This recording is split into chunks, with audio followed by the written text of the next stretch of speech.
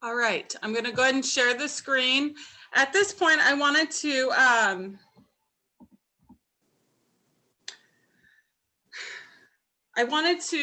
basically give our community an opportunity to learn more about Measure E, the proposed development of Sports Arena, as well as the proposed development of the Navwar site.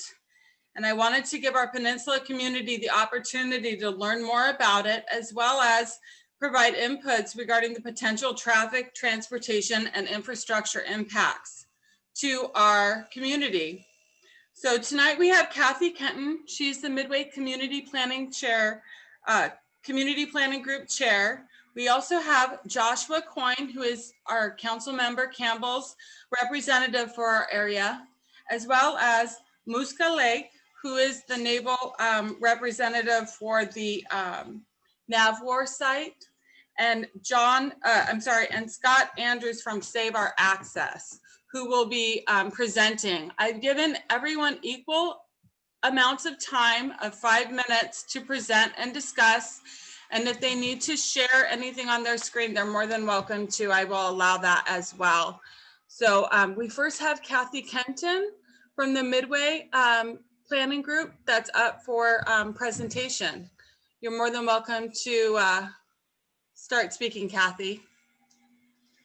Andy, thank you for this opportunity. I'm happy to be here representing both the Midway Pacific Highway Community Planning Group and Measure E, Yes on E. I want to say that the Midway Community Plan, which was adopted in 2018, includes all of the additional infrastructure and development and density that has been proposed. So Measure E is not proposing to increase any density over and above what was already approved. All we're trying to do is open up the community to add residential and vibrant community spaces. We spent 11 years working on this plan update. We brought it to the Peninsula Planning Board prior to its being approved. And Measure E is strictly removing the height limitation for the Midway community area. There is no slippery slope. No one is coming after your the Peninsula or Ocean Beach or La Jolla or any other coastal community. Midway is not a coastal community. We are a landlocked community with no beach access, no coastal views, nothing similar to anyone else in the coastal area. We were included because the I-5 boundary and west of I-5 was a simple boundary for the voters of San Diego to understand at the time. There are no evil plots here. There is a project, obviously, the Sports Arena Revitalization Project, which is a separate project, but the entire community could be much better. And I would ask you tonight, do you want to continue to drive through a blighted, desolate, degraded area? Because that's what Prop D has done to us over the last 48 years. There is not going to be any strong revitalization without giving us the ability to open up and to build the additional parks, to build the additional community areas that are so important to all of us. So we support you. We support you as neighbors. We support you in an effort to protect the 30-foot height limit for the coastal area, but no one is coming after the coastal zone. Thank you.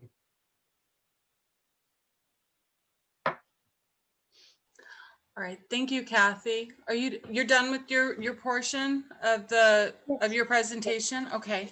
We're gonna go ahead and move on and have everyone have an opportunity to speak, and then at the end, we'll open it up for community inputs and questions to our guests. All right, so the next one we have up is Joshua Coyne. He is Dr. Jen Campbell's representative for our area. Hi, everyone. Good evening. I want to let you know that I just put a link and my PowerPoint slides in the chat box for you to explore as I'm discussing. I thought it would be easier than me sharing my screen just because everyone's at different stages. So you feel free to look at the PowerPoint as I'm discussing, and then also the plan using the link as I'm also discussing it as well. Thank you again, Mandy. Good evening, board members. My name is Josh Coyne, the Director of Community Engagement for Councilmember Campbell, and also Lead Policy Advisor for Midway. A lot happening in Midway. Excited to be here to discuss it with you all. I want to reiterate what Kathy mentioned, and that is we're really acknowledging that whatever happens in Midway truly impacts Point Loma and Ocean Beach as well. And that is because we're all neighbors and we're here to really discuss the impact of our community as a whole. We want to beautify the area. We want to create more green space. We want to travel through. We want to make Midway not a place just to travel through, but a place that you can go to and enjoy with your family. I also live in Point Loma, as some of you know. I live on Rosecrans Street at the very end of the point. So this is also the entrance to my home that we're trying to improve as well. We want to make it better for everyone in both directions for multiple modes of transportation. And that's what we're here to discuss today. Kathy talked a little bit about the community update plan process that the community went through with input from the PCPB, with input from Peninsula during that 10-year process.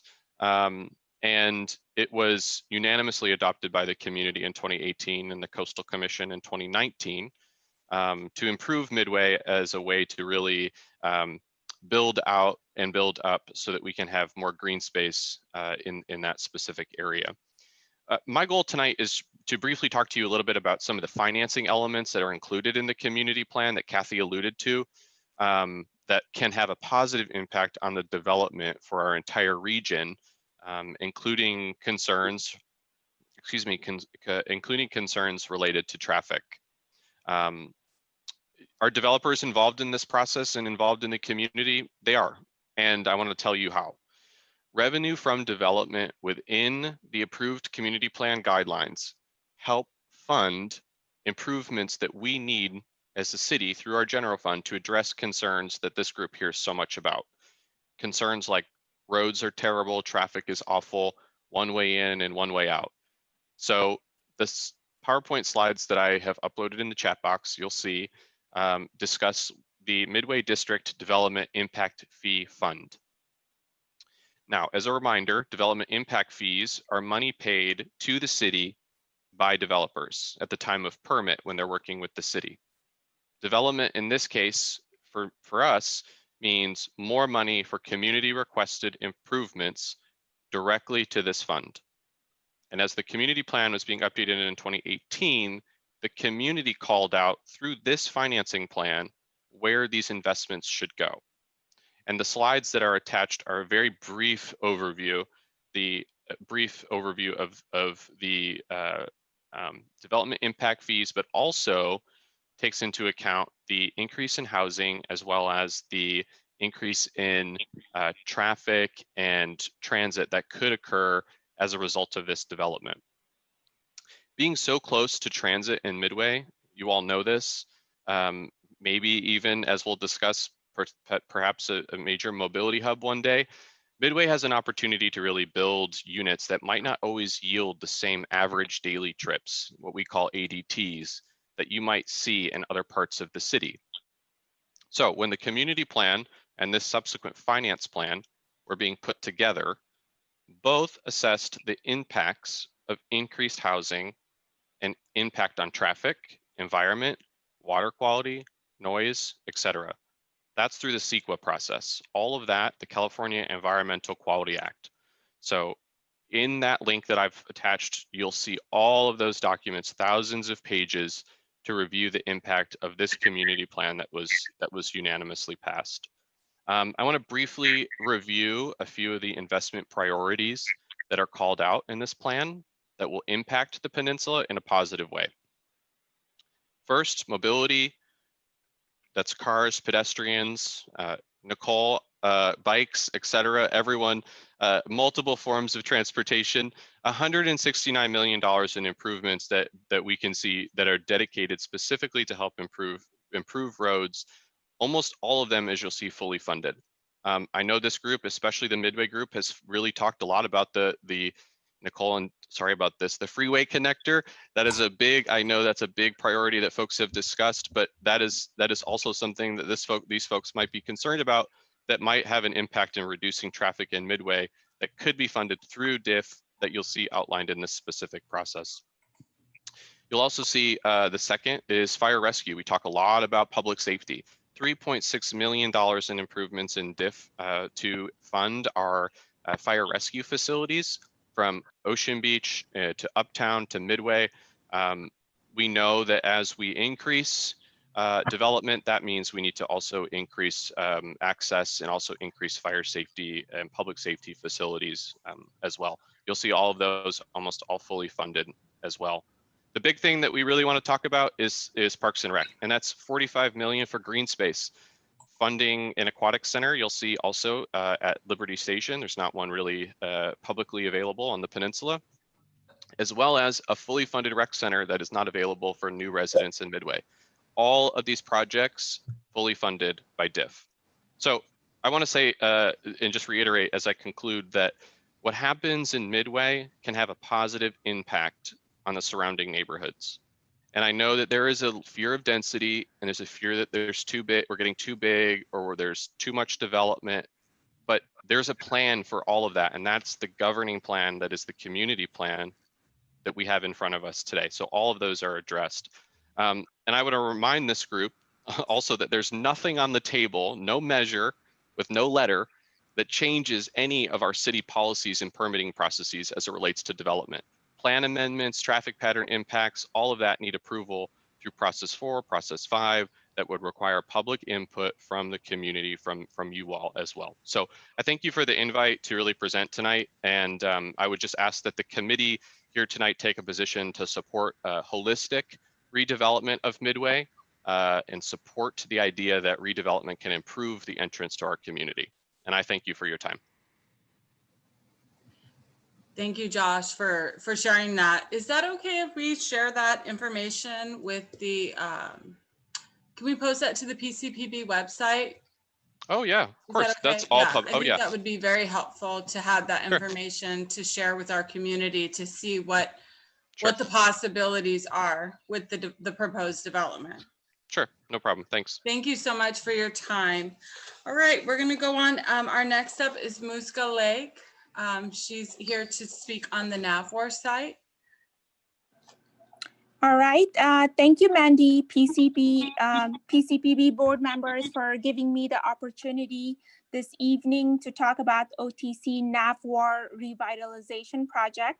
This is definitely an exciting time for Midway Pacific Highway community. There are a lot of proposed changes on the table, and I, for one, am excited to see the community transform into the type of space that folks living and working in the area could enjoy and be proud of. This is also a great opportunity for the community to get involved, have their voices heard, and be part of the long-term solutions when it comes to traffic challenges in the area. I think Captain Franklin, our base commanding officer, said it best when he spoke at Midway Pacific Highway Community Group last month, that not doing anything is the least desirable path, because that does not serve the community or the Navy. And I agree with that sentiment. Midway community is ready to work towards the vision they have set for their community and their community development plan. And any large-scale change to physical environment is not always easy, and it requires a lot of work and difficult conversations, but it is absolutely necessary if we want a thriving community in the long run. I think we have talked extensively why this effort is important to the Navy and the need to provide NAVWAR state-of-the-art, but most importantly, secure facilities to meet its growing mission. NAVWAR, or Naval Information Warfare Systems Command, formerly known as SPAWAR, is responsible for entire Navy's critical networks, sensor systems, and most importantly, cybersecurity that are critical to not only Navy but national security. In very layman terms, as one of the NAVWAR colleagues once said, they are basically Navy's geek squad with far more advanced capabilities. But let's talk about, what does NAVWAR mean to San Diego region and your community? Well, in short, NAVWAR means jobs for San Diegans and potentially the possibility for Midway District to become a technical hub for innovation. NAVWAR is a great economic engine in the community, bringing 3.2 billion to the regional economy and responsible directly and indirectly for more than 26,000 jobs. And this is per the Military Economic Impact Study, which was conducted by SDMAC in 2019. NAVWAR is the 15th largest employer, accounting for approximately half of all cybersecurity jobs in San Diego. And that is, again, per the same study. What I consider as one of the most important benefits to the community is that depending on the alternative selected at the end, the public-private venture alternative will allow part of Navy's 70 acres of land on OTC to be available for redevelopment. Now, why is this significant? It translates to potentially new tax revenue and additional economic benefits through the construction and operation of new commercial, residential, and transportation facilities.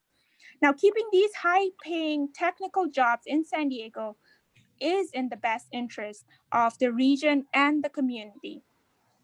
As many of you know or have learned through our public scoping process, when we held those open houses in the beginning of the year, the existing facilities that NAVWAR occupy were originally built in 1940s as an assembly plant for B-24 bombers. So you can imagine the challenges it poses to NAVWAR in today in growing its cyber and security mission. Navy is currently working on the draft EIS document, which will thoroughly analyze the impacts associated with the 5 action alternatives. 2 of those alternatives include a transit hub. Each of the alternatives are being analyzed for impacts to local roadways and interstate access. In addition to impact analysis, mitigation measures will also be presented in draft EIS. This extensive environmental analysis will provide a blueprint for the Navy as we move forward, and all options are on the table. So again, no decisions have been made because the EIS will drive Navy's decision-making process. I'm not sure if this subcommittee or PCPB is planning to take action tonight or in near future on a letter of support or concern pertaining to NAVWAR revitalization, but I do encourage the community to wait for Navy's draft EIS to be completed so we get a full picture of all the impacts associated with each action alternative. The Navy is anticipating the draft document to be available for public review in early next year. Once the EIS is available, Navy will have a robust community engagement plan to discuss the impacts of each alternative and mitigation factors that are being considered. Navy will hold open houses, and I do encourage you to attend those. Also, let's discuss the impacts, bring your questions, and we will have Navy's experts who will be able to address them similarly to the scoping open house held earlier this year in Liberty Station Community Center. I'm not sure if these open houses will be held in person or virtually due to COVID and the restrictions on large gatherings, but we are figuring out those details and we will notify you. But please do participate. I think the community will be in a much better position to make an informed decisions once all the relevant information is available. So with that, I think my 5 minutes are up, Mandy. If not, if I do have more time, I would like to speak about the community engagement that we have done so far on OTC revitalization. If not, no problem at all. I'll save it for later or another time, and I'll stand by for any questions. Thank you. Thank you, Muska. Let's just for fairness, can we do that for a future meeting? Because I think we'd like to have you at a future PCPB meeting as well to discuss the military traffic on and off the peninsula and see about how we can, hear more about that as well. Is that okay? That is definitely okay, and I would love to participate. Thank you. Thank you so much for your time. And then last but not least, we've got Scott with Save Our Access.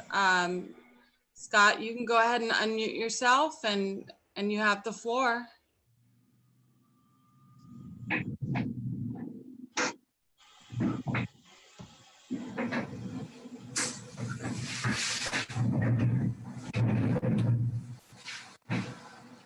Scott?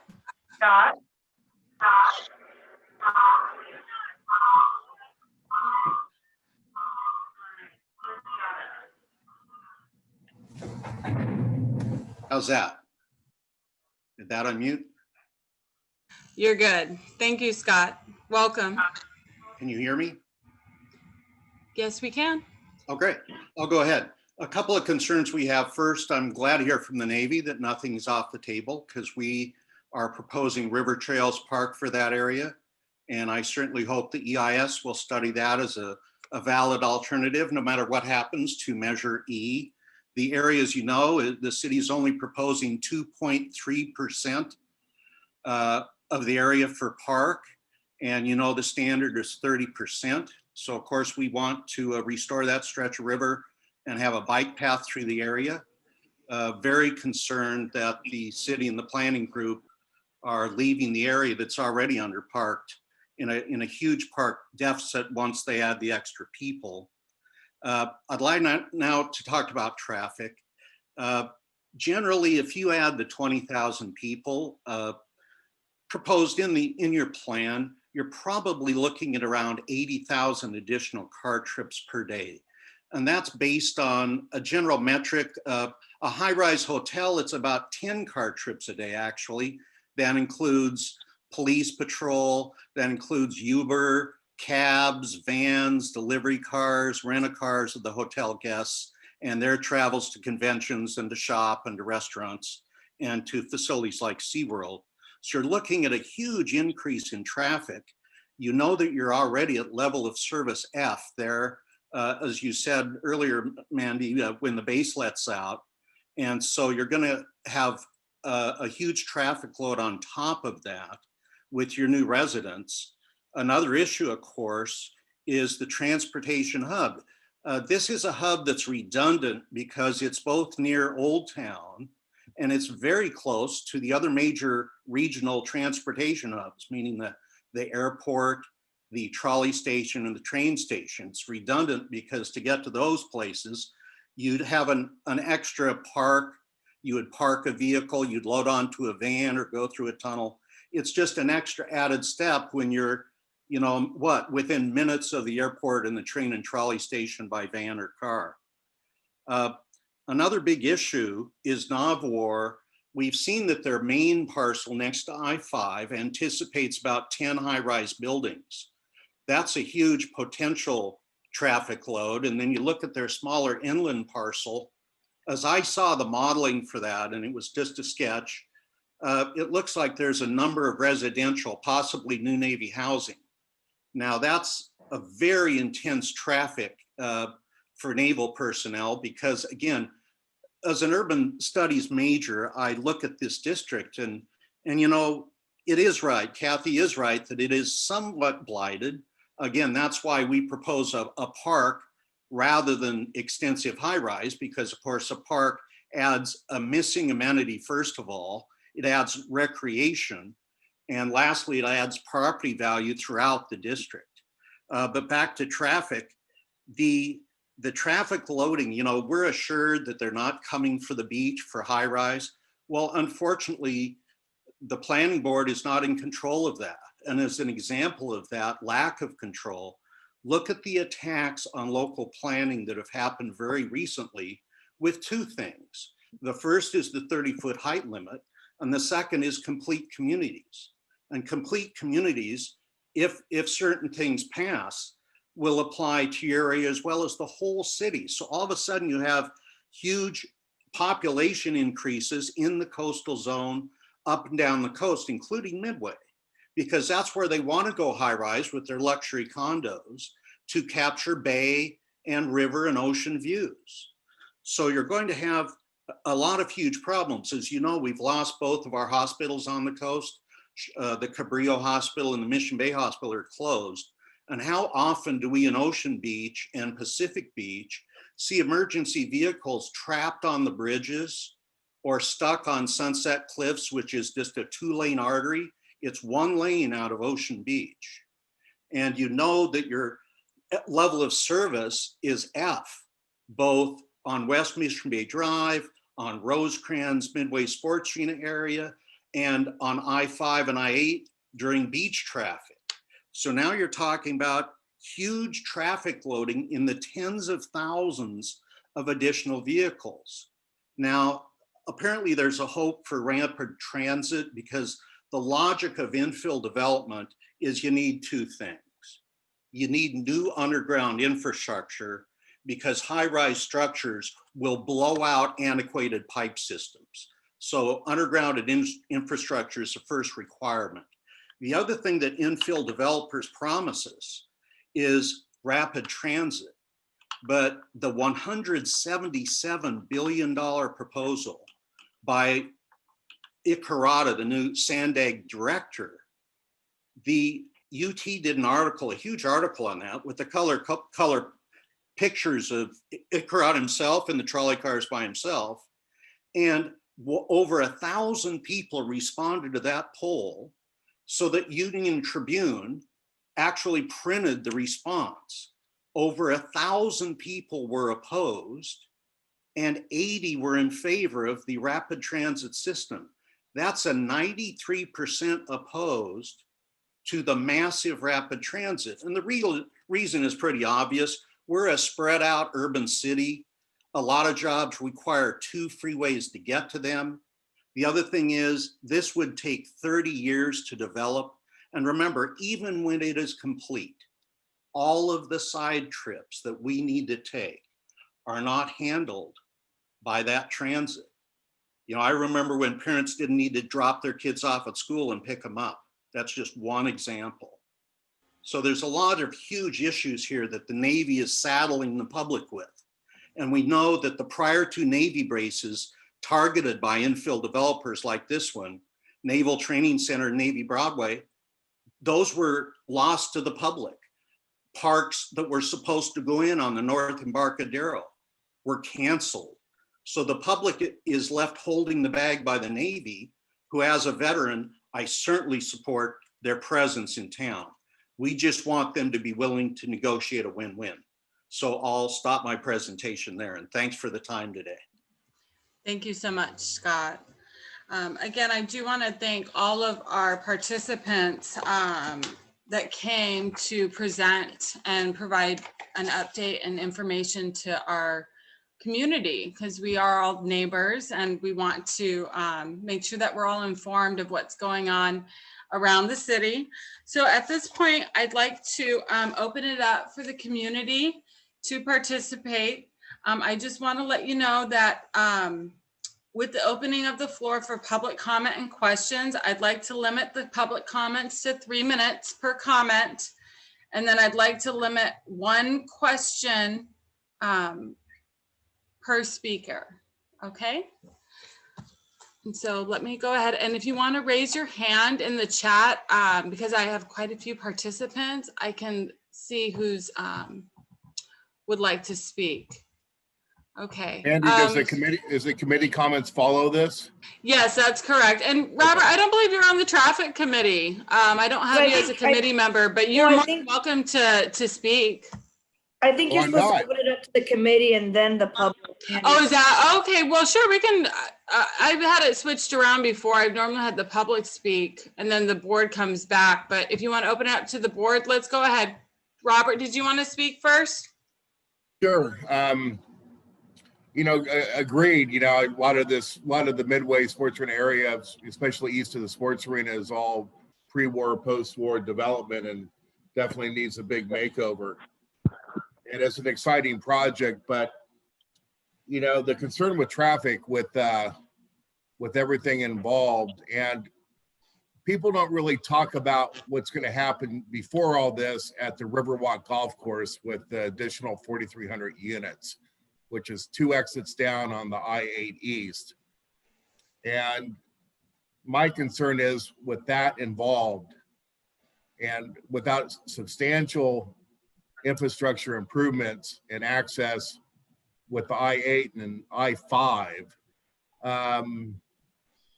how's that all going to tie in and, create a, real domino effect as far as exacerbating the situation.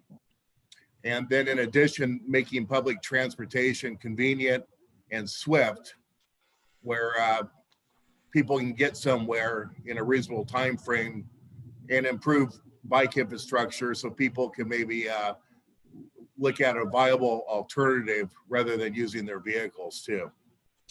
And so that is my remark. Thank you. Thank you so much for your participation, Robert.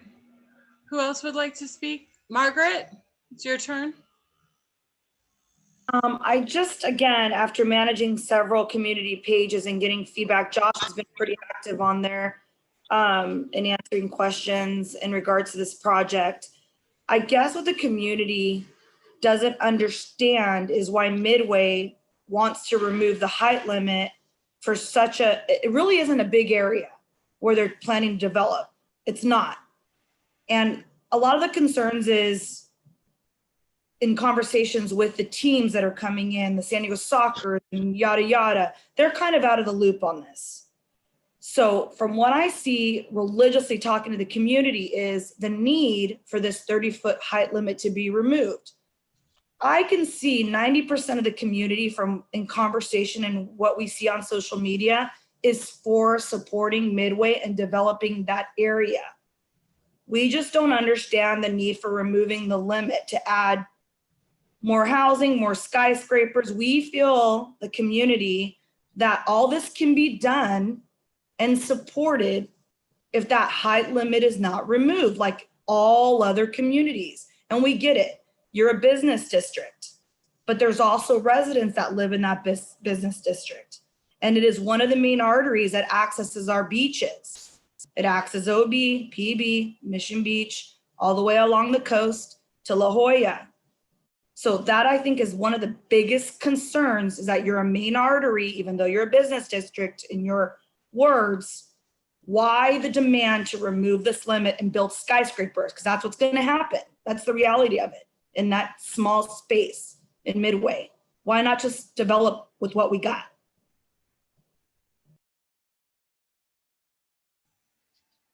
Thank you, Margaret. Any other committee members that would like to speak? Nicole? Thanks, Mandy. And thank you for bringing this item to the board. I appreciate this dialogue with the community. And I just want to, thank you, Josh. You pointed out some really great points to this Measure E. For those of you who don't know me, I'm Nicole Burgess, and I live out in Point Loma, have lived in Ocean Beach area as well, and have been an advocate for transportation, traffic, mobility. I thank Kathy and her team and her board for believing in a holistic approach to transforming this area. So it can be a beautiful place. And I'll quote one of our board members, to grow up with dignity. And so, Margaret, the answer to your question is, as much as I love Scott's idea of a river through here, and we can take a look at sea level rise, it kind of goes right in front of Navor. So really, ideally, yeah, it would be great to have a river, but nobody's going to give us up land. So, to go up, that provides the land that we need. One of the developers that proposed a site for there had that water capturing amazing kind of best practices to capture our water and to use it on site and to create this kind of outdoor space. So we need to actually think about and allow us to be able to go up. We're not increasing the housing, we're not increasing residents, we're actually activating the area and then creating this transit-oriented development where you don't have to have a car. The Navy, the perfect one, is like, how are we going to increase ADT when we can actually now move our Navy from Temecula and put them in Midway, and they can ride their bike to Point Loma on an e-bike. I don't even care, but it's super easy and super fun, and all our Navy should. So Moose Guy can't wait to continue that conversation. But it's really about supporting this, and I hope that the community, if you ever want to reach out to me and talk offline, please do. But I hope that you will support Measure E, as it is the only way to get the things that we really want. And so I thank you for all being here and for the chance to comment. Thank you. Thank you, Nicole. Did any other committee members want to speak on it? This is Paul Grimes. I'd like to make a comment, please. Sure, Paul, go ahead. Yeah, it would just seem to me that a small 6% increase in ADTs to 22,000 seems very low for these two projects, unless only one of them is counted. And if it is, then there's going to be a lot more from the other one. That's only if we're just counting the 22,000 on the one project, that's only 22.2 per dwelling unit, and that would not include servicing vehicles, buses, business trips, people attending the new entertainment center, which I'm sure is going to attract more folks. And I assume this doesn't include a potential NAVWAR, where there's a potential of 20,000 residents and 10 million square feet of commercial, plus added buses and people moving in and out of transportation. Part of the, one of the ways that I see is a problem out of Point Loma is getting out of here in the afternoon. And the I-5 to I-8 or I-8 to I-5 connection on both of those is maybe helpful, but the biggest way that we could help getting people out of Point Loma is if I-8 were expanded to remove the funneling at I-5 where it's down to one lane and it backs up considerably. If that long queue blocked people getting onto a potential I-5 connector to the northbound I-5, it just would be a total waste of money. Something's got to be done. I'm sure that a lot of people choose to stay away from I-8 due to that backup in the afternoon and maybe choose to go through Rosecrans, which right now is seeming a little bit better with the traffic lights system they've put in. But I just see this as very pie in the sky, and think it's just too much for the community at this point. Thank you. Thank you, Paul, for your time. I want to extend an invitation. We have Eva still here, and well as Matt Shalis. Would you like to speak on this matter? Sure, I'll go. Go ahead, Matt. One comment I wanted to bring up. Thanks to Scott for everything he was bringing up. He did make use of the level of service metric, which has actually been phased out. That's not something that the state is using anymore to measure traffic impact. What they've moved to now is a metric for those unfamiliar of vehicle miles traveled, in which they're trying to optimize. So the goal there is to look at the number of miles that are being traveled by a vehicle, say a car, and in terms of trying to meet things like our climate goals in terms of carbon emissions, we're trying to optimize that by minimizing the number of vehicle miles traveled. So I think one thing that, however we're moving forward with development in this corridor is we still need to really stay focused on trying to get us off our auto-centric kind of fixation in this region. I live and work in the Point Loma area, bicycling every day. Like I've only driven to work once in the 2 years I've been working at NAVWAR down by Subbase. And I think it's like we have a really good opportunity to do this, especially if we take the kinds of budgets that Josh was presenting from the Midway group and are able to still continue to get those kinds of permitting fees that will really elevate pedestrian and transit and bicycle access because we just need to get a small fraction of people out of cars to really reduce a lot of the congestion with cars. And that's all I wanted to say. Thank you.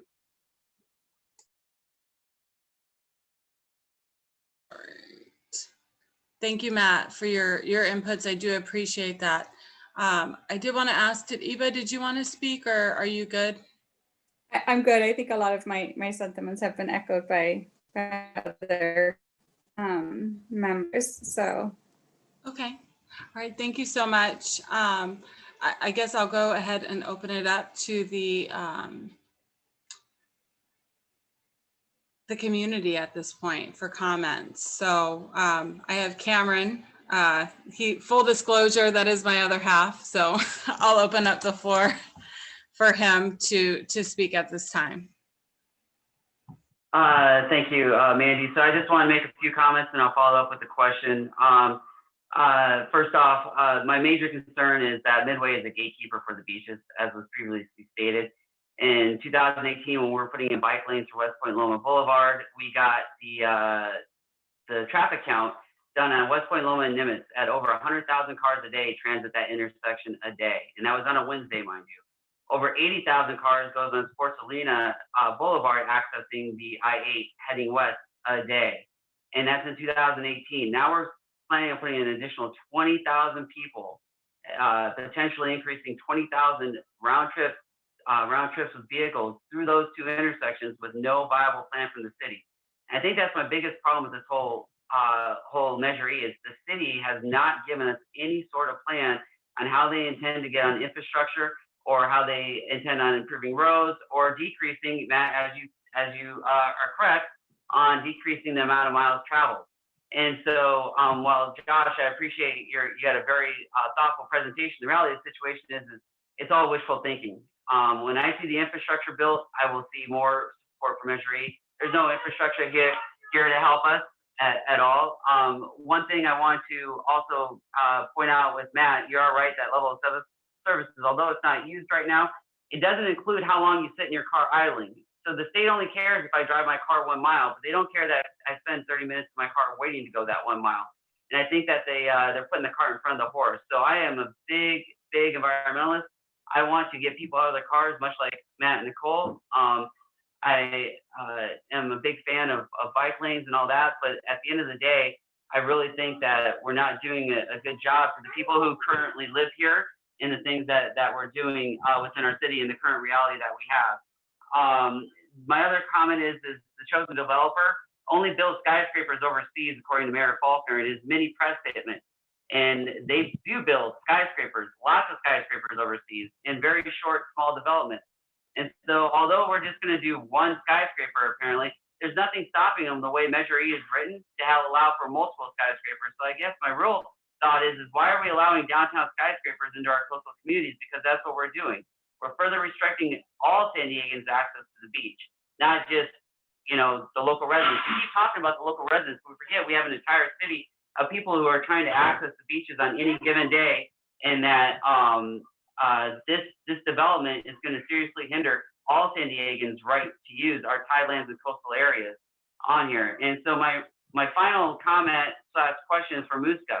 It's great on this transportation hub, but we both know, being a former senior naval officer, that the commander of Navy Base Point Loma has no control to force sailors or contractors to use public transit in any way, shape, or form. So building this wonderful hub and doing that is going to do absolutely nothing to decrease the traffic on and off the base as it's currently written. And so I guess my question is what's the CO, commanding officer of Navy Base Point Loma, going to do to force subordinate commanders to force their sailors to use public transit? Because we both know he doesn't have the authority to do that. Thank you, and wanting to hear my response from Muska. Have a great day.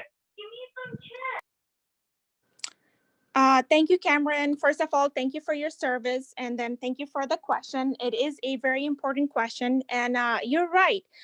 Captain Franklin, he does not have the authority to dictate basically naval personnel to take transit. We can encourage them, however, we always have been. We have had various programs that encourage sailors to take transit, but yes, he cannot force them.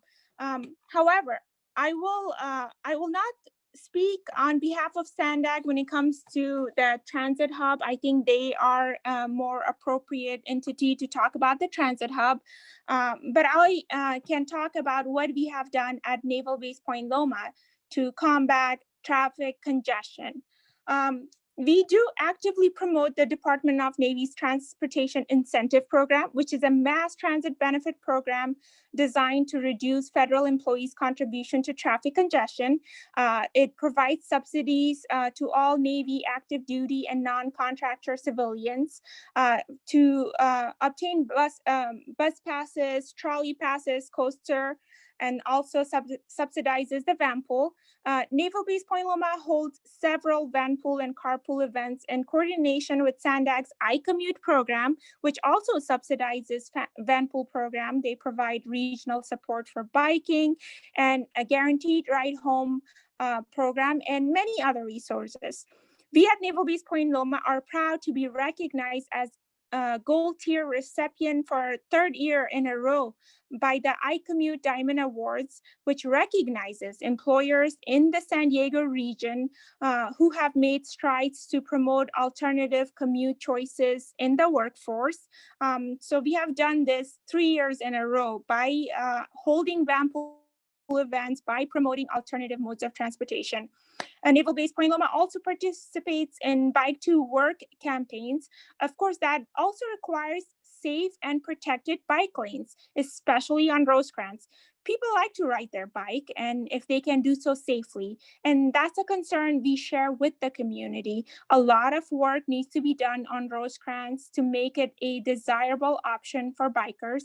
So we're supportive of any efforts that are made in that regards.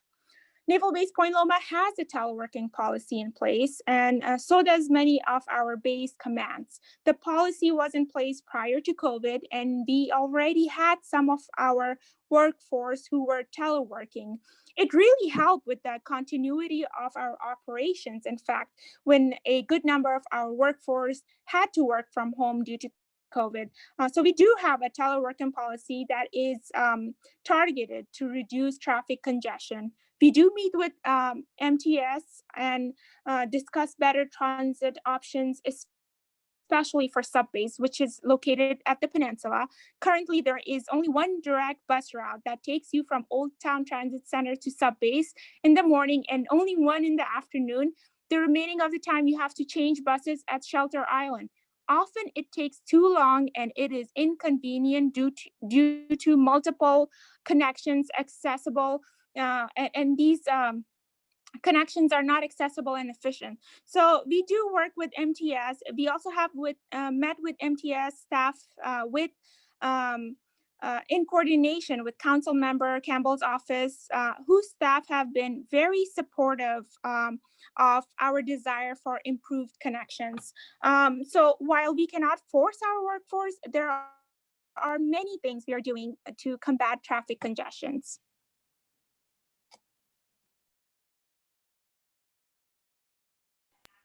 Thank you, Muska, and I'll just leave it with thank you, and then I'll hand it back. But thank you. It's just been my experience that very few people actually use it, and I think there's over 24,000 people on Navy Base Point Loma. So, but I am a big fan of bike lanes and Rosecrans when they're put in. I guess I'll see them when I believe them. Thank you for taking my question. Thank you. What other questions do we have from the group? Samantha? Hi. Speak. I have a question about the 30-foot height limit. Is there a plan in place should that measure not get passed because this land is so valuable and developers want to use it and make it a better community area, parks and all that? Is there an alternate plan should the measure not pass?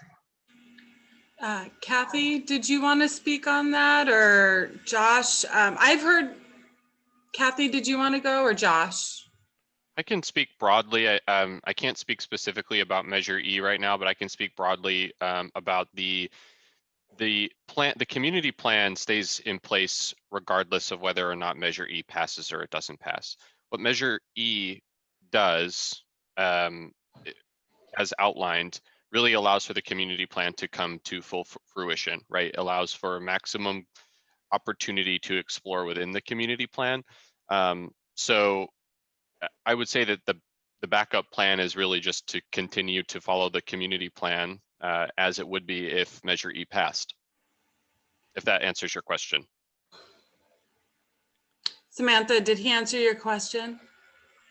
That was good information. I'd love to hear what else you had to say about it though too. And Josh, I don't know if it's you or Kathy that can clarify this. In a past meeting with Midway, when Zach, I did invite Zach and Jessica from Brookfield. Unfortunately, they were not able to attend tonight's meeting, just due to scheduling conflicts. But I did hear him mention that if Measure E does not pass, that he would not be able to complete the RFP. Is that, can someone speak on that statement that Kathy, I think you're on mute. Kathy, you're on. I'd be happy to jump in here. I have never heard him say that. I have heard him say that they would have to go back and look at the project. Okay. But he has not specifically said they can't complete it. In answer to your question, Samantha, we have a community plan that was adopted in 2018. It does not prohibit, it would not prohibit anyone from redeveloping their property within a 30-foot height limit if Measure E does not pass. I will tell you that as a business member and property owner in the community, there would be very little, if any, redevelopment of any property in the community because the financial viability of redevelopment just isn't there with a 30-foot height limit. So I hope that answers your question. It did, thank you. Thank you for clarifying, Kathy, I appreciate it. All right, Delana? The only comment I want to make about any of this, and I think it's been echoed or previously said by others, is I've lived in San Diego and in the Point Loma Ocean Beach area longer than probably anybody that's on this call. And the only thing I have ever seen is public transportation has been made less and less. It's been made less reliable. It's been made less available and more costly, less timely. So as a whole lot of other people have said, they seem then to want to prioritize all new development. Those of us who have lived here the longest seem to be on the back burner of, we don't care about you, we're going to take care of these new people. So as somebody else has said, until they do infrastructure that really takes care of the whole issue, I just want to point that out. Thank you. Thank you, Delana. I appreciate your comments. Again, are there any other comments from community members? I don't see any, so I'm going to move to the board. Margaret, you have a comment? I just wanted to get a chance or have Kathy or DK speak on my question so we can also, when we're having conversations with the community, understand their fair point on what the exact reasoning is to have this height limit removed opposed to just redeveloping what's already there. If you can kind of speak on that, that'd be great. Well, Margaret, I know DK would like to weigh in, and I'm certainly gonna turn the table over to him. But please, someone. I would reiterate what I just said, that trying to redevelop the community with a 30-foot height limit is not going to be financially feasible for most of the property owners and the businesses in the community. It's just too expensive. It's too limiting. And, I mean, I've been at plenty of meetings and I've heard people say, oh, well, you can do it here, you can do it there. Why can't it be done? My family has attempted redevelopment many times. And the fact of the matter is that when you have small lots, which most of the parcels in Midway are, you have very little place to go. You've got setbacks, if you can't go up, you can't do it economically. And with that, I'll turn it over to DK. Thank you, Kathy. Good evening, and thank you, Kathy. Thank you, all of you, for the time tonight. For those of you who don't know me, my name is DK Aniwo. I serve as the vice chair of the Midway Community Planning Group, the Kathy's chair. I'm also one of the other co-chairs of the Yes on E campaign. And so I've heard a number of different things this evening and over these last few weeks and months, particularly as we interface with our neighbors over there on the peninsula. A couple things that have just jumped out to me. You know, I've heard that there's a lack of plan for infrastructure, there's a lack of funding mechanism, and I think it's important for me to reinforce and to reiterate that there is a plan for this community. It's called the Midway Pacific Highway Community Plan.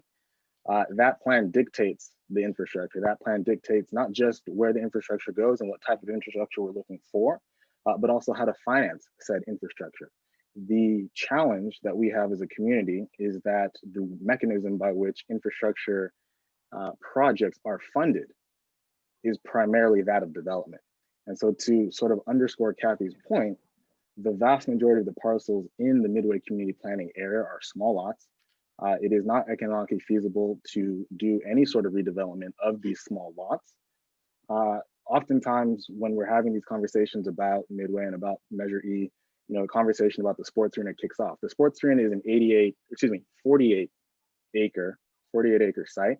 It's the single largest site that's not owned by the federal government in the Midway community planning area. And it's also obviously the site of the most prominent individual project that we're really looking forward to as a vehicle to help kickstart some of the further ancillary development that we are looking forward to with regards to transportation infrastructure. So like I said, I understand that there is something of a chicken and an egg, cart before the horse sort of conversation regarding, you know, when the infrastructure comes in.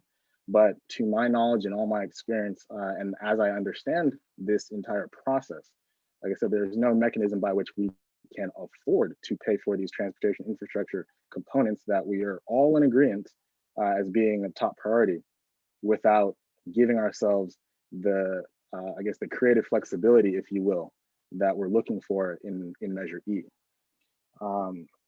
That's part of like sort of like the core of my point. I'm happy to go in at length or answer any additional specific questions. But if you want to know why it is that we're seeking to do this, Margaret, specifically, it's because that is the only way that we understand that we can actually become the protagonists of our own story and take our community into our own hand, right? We're not interested in being an afterthought. We're not interested in being a pass-through corridor. I live here. I've lived here for 6 years. I aim to continue living here. I love living here. The problem is we need help, and we're doing our best to help ourselves. And so that's my point. Thank you. I appreciate that. Thank you. I have a comment and a question. Go ahead. Actually, both Kathy and DK are factually wrong. Toll Brothers House came up with a proposal to do exactly what you just said, and they could do it under 30 feet, and they gave more park space, and they actually built an actual arena and a soccer arena. But yet you chose to go with a developer who builds skyscrapers globally to purposely put downtown high rises and skyscrapers in a coastal community. And I'm really at a loss at why you guys would support a plan and then give misinformation about other developers who came in under 30 feet who had a viable plan.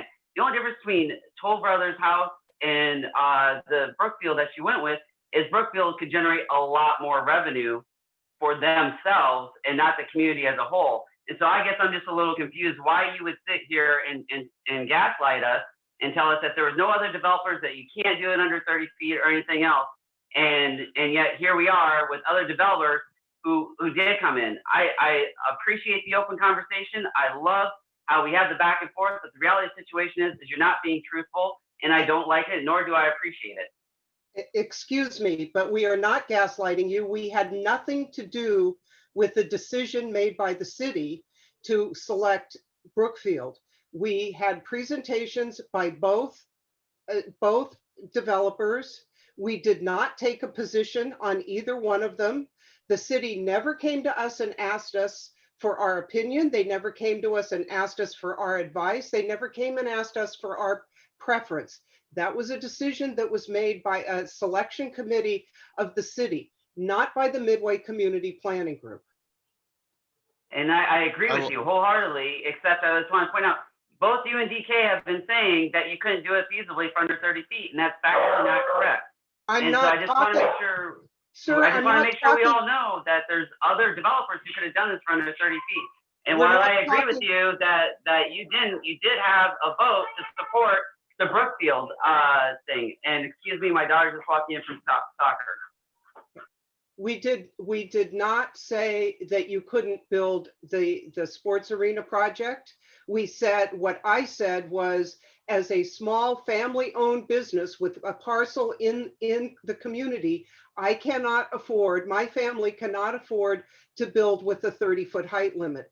The sports arena is a project. It is not our project. What we decided to do when we supported Brookfield after their selection was to simply let the city know that we are tired of waiting while everybody goes around and talks about what should we do, and should we wait until after the mayor, and should we do this, and should we do that? We've been waiting for decades for this, and we are tired of waiting. There has been a selection process, whether I personally like it, whether DK personally likes it, likes the selection. That is the decision that the city made, and we're saying we need to be moving forward. That's all we said. Actually, that's not what you said. You just said it couldn't be done economically viable and stay under 30 feet. Both you and DK have said that in this exact meeting. So I just would appreciate you, when I call you out on it, that's fine. But here's the deal. There was other proposals. And at your own meeting, the Brookfield said that they would pull out if Measure E didn't get passed. They said that at your meeting when you had them there. Zach said that. And so again, a lot of things are being said here that aren't necessarily true. And I have to go take care of kids. Okay, well, and that is not what was said, and I resent the fact that you're trying to put words in my mouth. If I may just sort of briefly respond to some of what was just said. To Kathy's point, neither the city, or I guess the city did not come before us with any of the responses or any sort of inquiry as to our personal preference, our community preference for the responses to the RFP. But what I can say is that neither one of those big groups is capable of developing this site with a new arena, with the new facilities that they advertised. And I want to use the word advertise because everyone says these are all conceptual, right? These are still projects that are in their early infancy. So what they're trying to do is sort of sell us on a dream or sell us on a vision, as even what Zach says now. But I actually, and I think it's common knowledge now, I was very involved in the actual, I guess, the building of the other group that did not pass. It's not a secret that this Brookfield group is not my first choice, but to Kathy's point, the sort of highest use of our time as a community planning board is to focus on what's most important, which is to focus on this artificial constraint that we have that really precludes any sort of meaningful conversation about what the future of the Midway District looks like. And so when you talk about us supporting this Brookfield group, it's important that we articulate the timelines adequately and fairly and frankly, just honestly. And I think I'm also a little bit just emotional at the moment because some of what was said was rather inflammatory. And frankly, I don't know if there's a stronger way for me to push back without using stronger language. All right, thank you, DK and Kathy. I want to, sorry, we've had a lot of hands. Nicole, you go first, and then I'll have Margaret go next. Thank you. Let's let Margaret go ahead. My comments, go ahead. Just mine's really simple. And again, I really appreciate Kathy and DK. I really want you to know that I'm a native of Point Loma. I frequent Midway every day, so I know what you guys are going through. I appreciate it. Midway needs improvement. So I'm backing up this project. I just have a little bit of convoluted information going on about the measure, so forgive me. With Measure E, how did this get on the ballot? Lots of people are asking without a petition, because most of this kind of stuff has to go through the whole petition process. Yeah. The community has to be out there. How do you get it on the ballot? There are two ways by which a ballot measure locally here in the city of San Diego, according to the San Diego Municipal Code, there are two mechanisms by which an issue becomes docketed for any given election. There's what's called a citizens initiative, which is what we're all probably more familiar with. You know, you get your folks sitting outside Trader Joe's, whatever, sign this, sign this, sign this. You collect your signatures. I think you need 10% of the registered voters in any given municipality in order to docket it. And then the city council then picks it up and officially puts it on. The other option is what we call a council-led initiative. And Measure E landed on this November 2020 ballot through the latter of those two, through a council-led initiative. So I joined the community planning group officially shortly after the 2018 plan was approved. And so I can maybe defer to Kathy as far as the specific timelines, but my understanding is that throughout the course of this plan being updated, conversations about the 30-foot height limit were being had at Planning Commission, at all the various different steps at which this plan was being officially confirmed. The reason that Measure E is on the ballot now and was not sort of dealt with, or the height limit itself was not dealt with in the community planning process, which I think is probably some sort of best practice somewhere, is that the 30-foot height limit was imposed by the 1972 Prop D, right? It was voted in, and the only way to make an adjustment to something that was voted in is for the people to vote on it once again, right? So we had those conversations throughout the course of the time when the community plan was being baked, if you will. There was not the political will, there was not the sort of, definitely not the financial resources to back a citizens initiative. Those are extremely expensive, and we don't have that as a community. But it was not until Dr. Jane Campbell took office where our community planning group was able to work hand in hand with her to have her, and through her sort of alliances on council, Councilmember Chris Kate, sponsor this through the council-led initiative process. And that's the answer to your question, Margaret. So basically it went from Midway Planning Group to Jen Campbell, and then she took it to the next steps. Correct. Thank you. Because that was a big major question with the community. So we just wanted to make sure we follow the process and knew exactly how it. Margaret, just to reiterate, it was our community initiating conversations with the council member's office, requesting this, asking for this. And I just want to speak to another point. I've heard the term high rise and skyscrapers all that over and over and over again tonight. There are no plans in the Midway community, within the community plan, for skyscrapers and luxury high rises. The maximum that the zoning will allow is that the new zoning that was put in place with the Midway community plan is 100 feet, which is and that's not every parcel. And it's about 15% of the community has the 100 feet. Just for reference, the sports arena is currently 77 feet. So you're talking about a little bit over 20 feet additional maximum in anywhere in the community. Now that does not apply to Navwar, because Navwar is a federal property. They can do whatever they want. Right.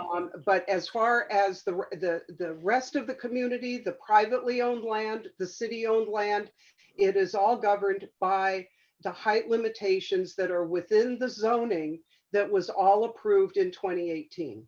So there will be no skyscrapers. No, I appreciate you confirming that, because that was another thing, was the height of the sports arena, and that's not going up from my understanding. It could go up another, I mean, if they tore it down and built a new one, it could potentially go up another 20 feet.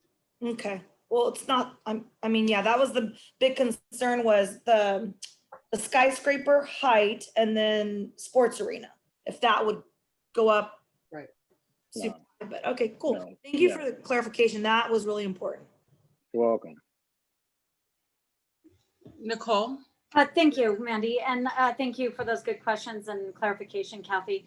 Appreciate it. And I actually appreciate the Midway board members for actually going to, have the credit to actually create a wonderful community for themselves. And so that's big. And I just want to let the community know that this is something that Climate Action Campaign actually supports as a sustainable, environmentally friendly kind of move. Like we said, there's so many benefits to going up allows you to do many things. And just lastly, I don't know if Cameron, if you have some of those developers mixed up, and I don't need an answer, but when I saw the proposal of a 30-foot, you basically get a 30-foot jungle. And so that's what we don't want. So we want those heights and we want those varieties, and I appreciate it. So thank you, Mandy, for the time, and I'll let you get to the rest of the speakers. Hey, Nicole, it was Toll House Brothers was the other developer that was beat out by the Brookfield people. And it was the Toll House Brothers who had the under the 30-foot thing. Incorrect. All right.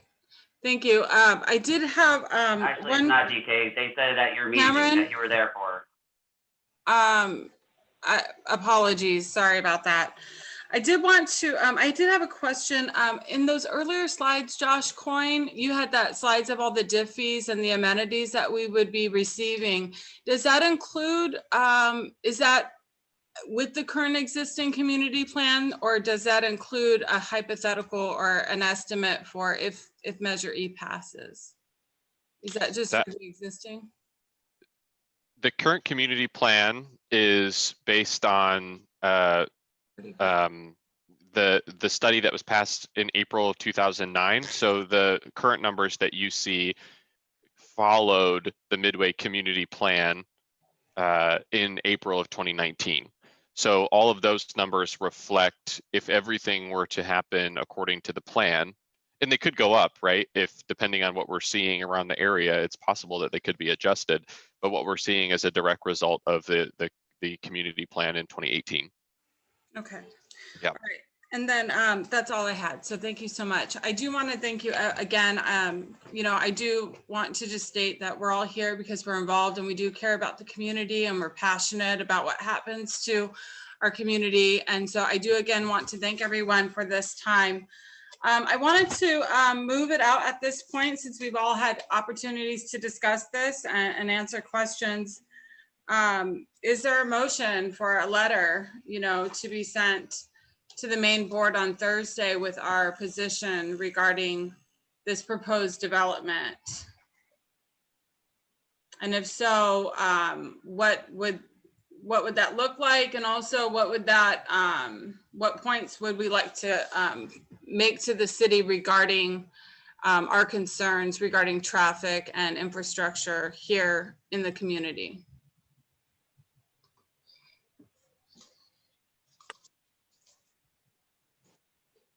So Mandy, I'm not sure if there's any motion that needs to be made and if it needs to go to the full board. I think this was a great dialogue. I mean, you can have the dialogue again at the other meeting, but it's really your vote and to support the measure and then to keep in communication with our neighbors to really make, because with the measure, there's not we can do at the moment. It's either going to go forward or it's not.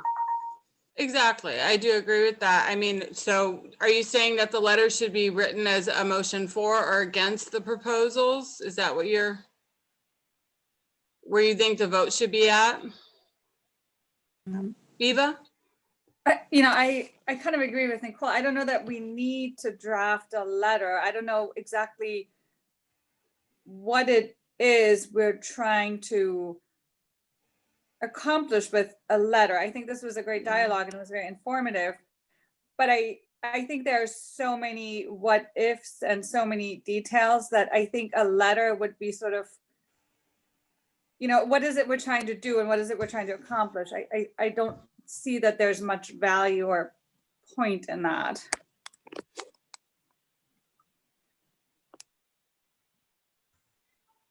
All right. Well, at this point, I'd like to see us, if we would want to make a position, that's something that the board could do, or if they're just wanting to keep it as an open-ended discussion, that's something that we can keep as well, just more of an informational to the community.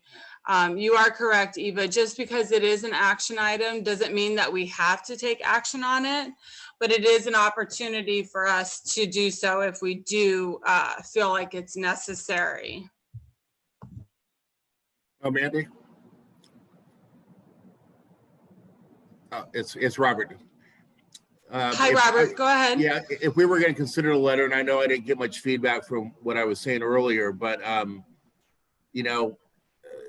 should other considerations be given with other developments that are close by, and a little bit more feedback about the freeways and the roadway impacts and what's relevant to this and what is not relevant. Because I don't know if Caltrans trumps any involvement with the freeway infrastructure improvements in consideration with an additional development that's close by, and the collaboration with that development, you know, to maybe make this a, you know, more efficient process, you know, in the long term for both communities. So are you saying, I guess repeat, I guess what's the angle of that? Adding Caltrans or bringing them in on the loop, or? Bringing in on possible improvements with the freeway system, and also collaborating with the Riverwalk development with all those additional units that are going to be breaking ground, I think, this coming year. There's the post too. What's that? So, you know, the thoughts that I have, again, we have quite a few different proposed developments, and we don't even have all the information on Navwar at the site. And per Kathy, as she stated, you know, that could go, there are no height requirements for that property. So just one of the concerns that I have is, again, the on and off, the peninsula, the access to the I-8, I-5 corridor. Those are some issues that have become a concern for myself. Yes, Kathy. Right. Hold on, Kathy wanted to speak. Yes, if I may, the plan that we passed in 2018 specifically addresses the community's desire to improve efforts to improve infrastructure, to improve access from Peninsula and from Ocean Beach. We have identified the missing moves at the 5-8 junction. There are 2 missing moves there. I think everybody's aware of them. We have identified those as an opportunity. In fact, the planning group prioritized DIF money for feasibility studies. Our planning group has prioritized DIF money to go to the feasibility studies for the I-5, I-8 junction. We are also have recommended that we look at new additional access to the freeway from Barnett, which would go through the what's now Navwar. And that's something we would be working with Sandag as we move forward in that, and the Navy in that project. So believe me, we can't. There's no big pot of money that is sitting there that we can do all these things in advance of redevelopment, but it's all been thought out. We spent 11 years working on this. And I will tell you that when we were in the process of the study and of the plan update, and they came in with the mobility study, the traffic engineers that were hired by the city came in and said, well, there's a lot of level F and it's really not going to get better, so we're not really going to recommend doing anything. And we pushed back on that very strongly, and we said, no, that's not good enough. We need to find alternatives. We need to figure this out. We know that they may be expensive, but we need to look at them. We need to figure it out, and we need to make changes. So it's all in the plan. And we want to be good neighbors. We're a region. We think of ourselves as a region. We think of ourselves as a region with Peninsula and with Ocean Beach specifically because of our boundaries. And we want this to work for everyone, but we want to have an opportunity to do what's right for our community. Thank you. Thank you. I'm going to have Matt speak, and then after that, we're going to go to the board to see if we want to take action on this or not, and how that would look. Okay. I was actually going to propose that that we table this item. It seems like a lot of the community concern about traffic is contingent upon either proposals that are still in development for some of these sites, such as Navwar or the sports arena, and also contingent on the passing of Measure E. So I'd like to propose that we table this at least until we get the results back from whether Measure E passes, or until we see a more concrete proposal.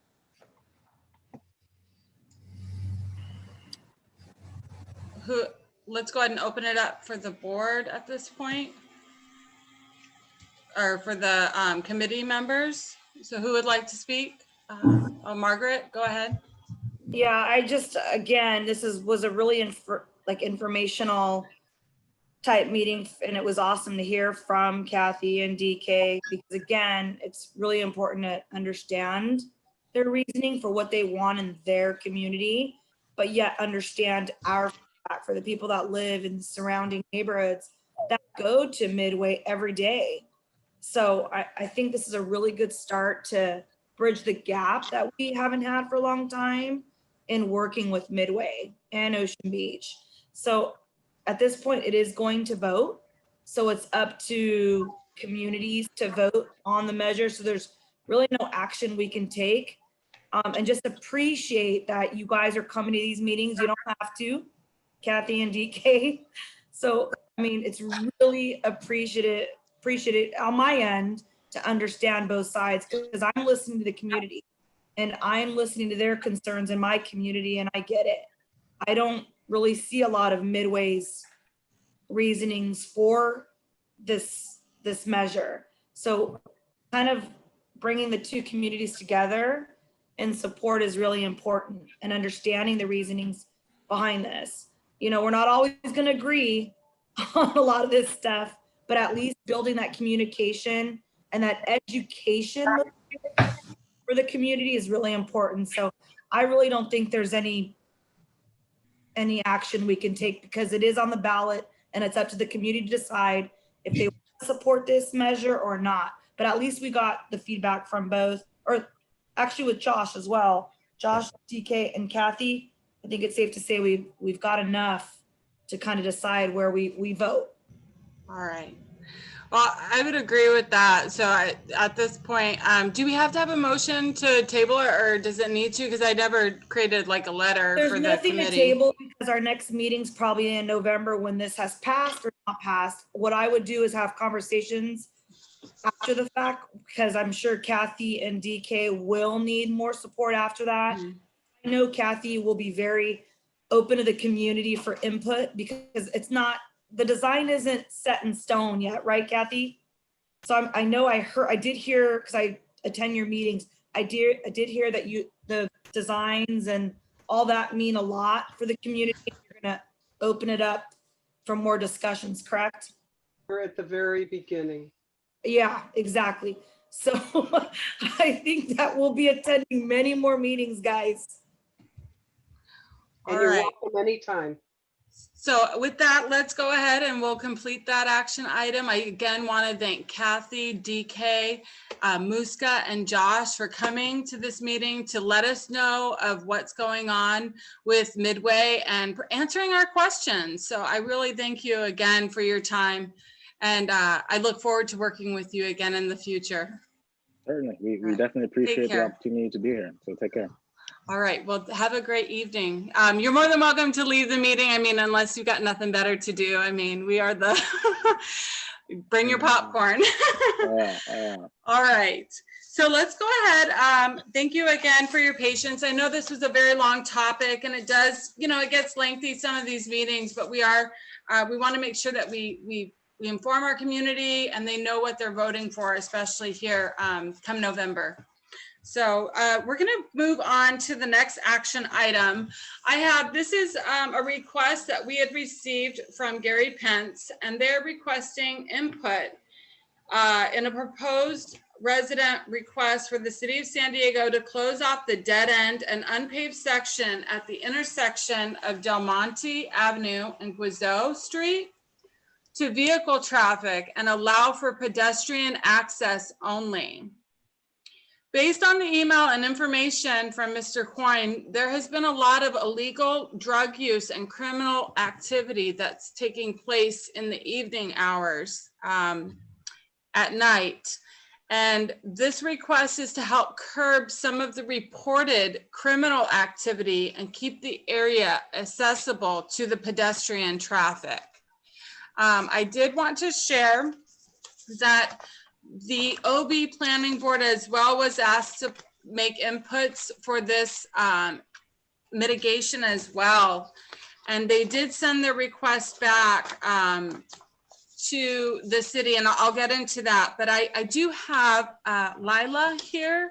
She's a local community member, and I'd like to ask her to kind of speak at this point. And I'm going to share my screen at this moment so that I can share what the area and what it looks like, as well as what the request is, okay? All right, go ahead, Lila. Hi, I'm Lila Taylor, and I actually live on the northeast corner of Del Monte and Gazoo. Thank you very much for having me here. Following the Midway development conversation, this one should be fairly easy and, pardon the pun, but pedestrian, because that is what we're seeking.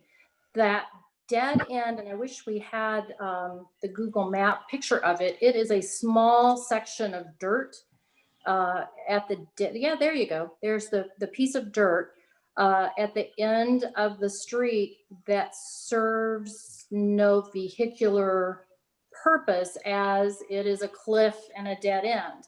It's a spectacular view site, and certainly we want to maintain that for the community access. What we would like to have happen is have this area closed off to all pedestrian traffic, have it be ADA compliant, and have it accessible to emergency vehicles, as there are several homes there that in the event of an emergency, we would certainly want emergency vehicles to be able to access that area.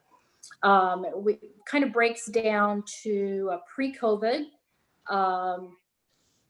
The crime in that area was off the hook. I probably, on my corner, have the best vantage point. I've seen multiple drug deals with U-Haul vans, weapons, lots of weapons, physical altercations, a woman screaming for her life. I mean, so many 911 calls have been made and are on record, obviously, for that area. The police, we've spoken with Officer Swillo numerous times, and all the officers that we speak with agree. There's no reason for that area to be open to vehicular traffic. COVID closure of parking lots closed this area off. Park rangers came and deemed it an area that needed to be closed for parking.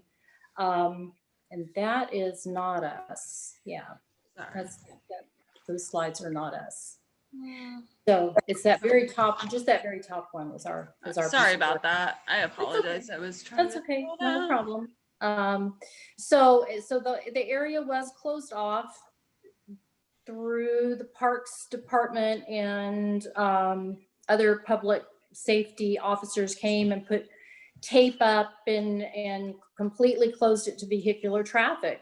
It suddenly became this area that people could go to on foot, residents. I now loosely represent 60 residents that have come to me because I'm right there on the corner, and I have names, phone numbers, emails, and they're like, this is amazing. This is wonderful. We can now bring our children here. We don't have to worry about them stepping on used syringes. We don't have to worry about used condoms. So the period of closure during COVID was truly an upside to, the catastrophe that's been all of our lives. But for us, it brought peace and harmony and a lack of criminal activity for a few months. The moment that the barricades went down and the street was reopened to vehicular traffic, the noise level has gone up. We're daily removing syringes, used bottles of alcohol. I walked down 2 weeks ago with a 21-year-old Point Loma Nazarene student to look at the overview midday, and there was a couple having sex in the car. It's like, okay, that's not what you want to see right there in the middle of the day, and it's not okay. The drug deals have started to ramp up in the evenings. The noise level, 3, 4 a.m. is ramped up. It's also a very popular spot for younger drivers to take their cars and do wheelies in that little piece of dirt, which kicks up an incredible amount of dust and dirt. I personally am asthmatic, which is a fear with the COVID crisis. And I am now on medication for asthma that I wasn't on when the street was Oh, you closed. just start going. I was like, So I think that, strongly, we feel the area needs to be closed to vehicular traffic, needs to be open and accessible to pedestrian traffic, needs to be ADA compliant and open for emergency vehicles. We have actually been waiting to hear from Chris McFadden's office and group with viable, they agree, and they said they would get back to us with solutions. We don't know what is even possible. Certainly we're open to anything that accomplishes that goal. Lighting in the ideal world, a nice city street lamp would be wonderful, because that would certainly keep some of the activity down, keep it out of the dark. okay. So I think that pretty much sums it up. Like I say, as compared to Midway Development, this seems pretty simple and straightforward to me. And we really appreciate all your support. I have asked community members that might oppose, well, we know why the drug dealers oppose closing it, got that. But just other community members, why they might oppose it. And they were fearful that if it were closed off, the drug activity would move back further into the homes. Well, we've already had a test case. It was closed for 3.5 months. That did not happen. What happened, people did park in the neighborhood and they would walk as families or groups or whatever down and enjoy the sunset. So we've already had our test case. It worked out well. To me, it's a winning situation to support this. Thank you, Lila. I do want to just read off. The city did ask the OB Planning Board to make some recommendations, and they came back with a vote 8-7 that passed. They'd like to move the vehicle barriers back about 15 feet and narrow the driveway easement to 10. But it would allow rooms for vehicles and a more safe place for people to use the space and to add benches. And then as a friendly amendment with the intention of that the space being maintained as a pocket park. Now, here at the Peninsula Community Planning Board, our request from Gary has been, where do we want to place the ballards? Do we want them, they're wanting to install ballards. And as I scroll down, you can see examples of it. Either these white slats, that would be something that would be placed in there, or these metal, steel posts that would be used to help remove the ability of cars from parking at that overlook. Now, I did go, and I'll open it up for the community, but I did go because I thought, okay, let's go see what they're doing. And I would go about sunset, and I did speak to some people that would go to that lookout, and they did not experience those things. But after further review, I did find out that they tend to come under the cover of night later in the evening. And so obviously that's way past my bedtime. I would not be there to observe that. But the issue of the ballards being placed, as you see, I'm going to zoom in here. Basically, when you're heading south on Guizot, when you come to Del Monte, you can see here, I'm going to move my arrow.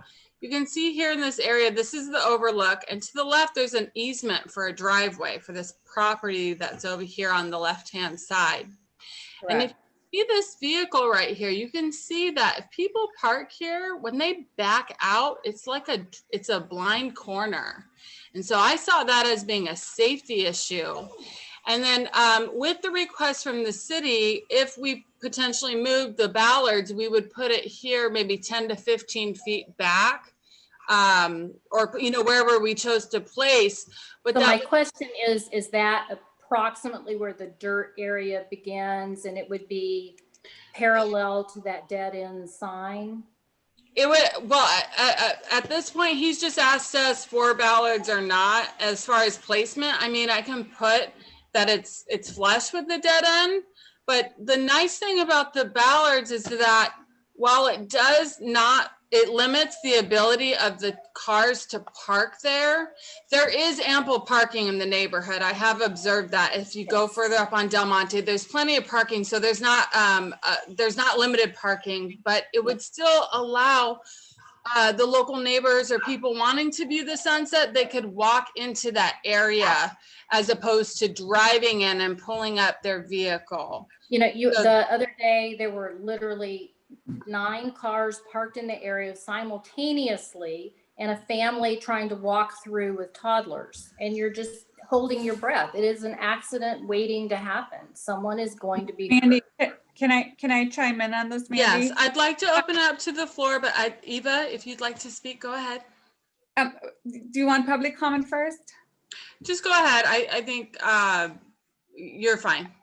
I mean, I have several concerns with this. I think, you know, this seems to be a homeowner initiated issue, and I appreciate the concerns that exist, but I also feel that it could potentially set precedent, you know, whenever someone lives in an area where there's increased traffic, like Sunset Cliffs has been experiencing this issue all through COVID and before, or other areas in the Point Loma neighborhood, you know, closing off that portion of the street is not necessarily the answer, and I think shifts the problem elsewhere, and we're then prioritizing, you know, the concerns of a few homeowners over those of the general public in terms of access and,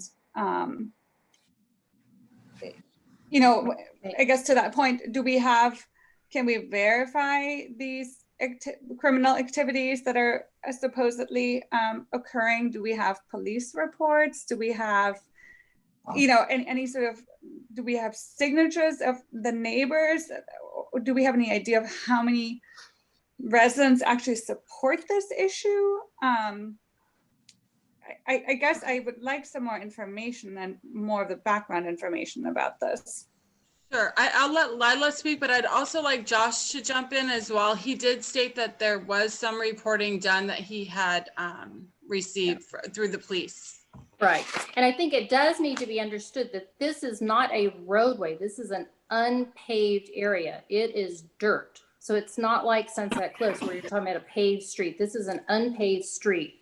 Yes, there are numerous police reports that Officer Cirillo can, and Josh can tell, you know, that they have those reports.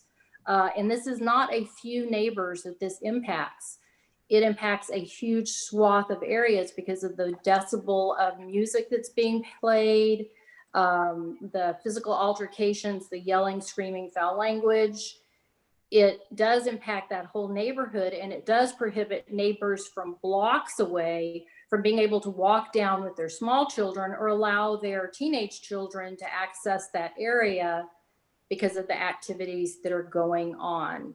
So again, that has been one of the things I have heard raised, is that this is just 3 or 4 neighbors that have an issue, and that is not true. I literally have, as I mentioned earlier, I have at least 60 people. I have phone numbers, I have email addresses. I mean, we've canvassed, we've spoken with folks. I am trying. So anyway, that's all I have to say. This is something that's well thought out. It's not something that's a proprietary, protect a small swath. It is for the community. Thank you. I was wondering if, you know, we've had this problem over on Point Loma on Lucinda Street, Harborview Drive, and then also Westminster Park across from the ball field. And it's hard to rely on law enforcement, but getting lights installed will help tremendously because people don't like to screw around, deal drugs, deal whatever, or make out when they're lit up.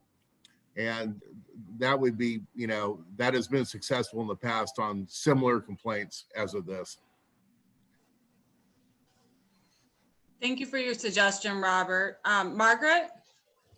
And that's what this committee's for. You know, we all live on different streets, different parts of the neighborhoods.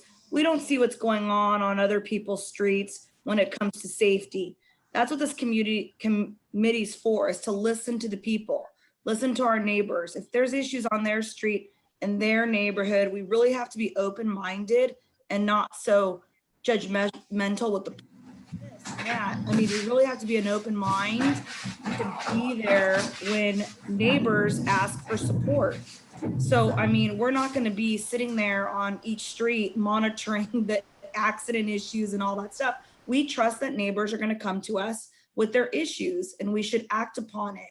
We really have to be the sounding board for our neighbors because we're on the board as board members. So this committee is crucial that neighbors trust in us to bring their issues to us, like Lila brings to us, and we really have to support that. I mean, Josh is on all these meetings, and I've added him to our 2 community pages, the Midway Point Loma Facebook page, and then also Protect the Point, so neighbors can go on there. And Josh has been so good at anything that's traffic related, he responds immediately. And thank you, Josh, for doing so, because you've got the inside scoop on what's feasible and not in our community. So again, I ask that our committee really listens to each and every neighbor, because every issue is different and not necessarily has to have a traffic incident to make it a safer place for kids and future generations to enjoy. So just keep that in mind. Thank you for presenting.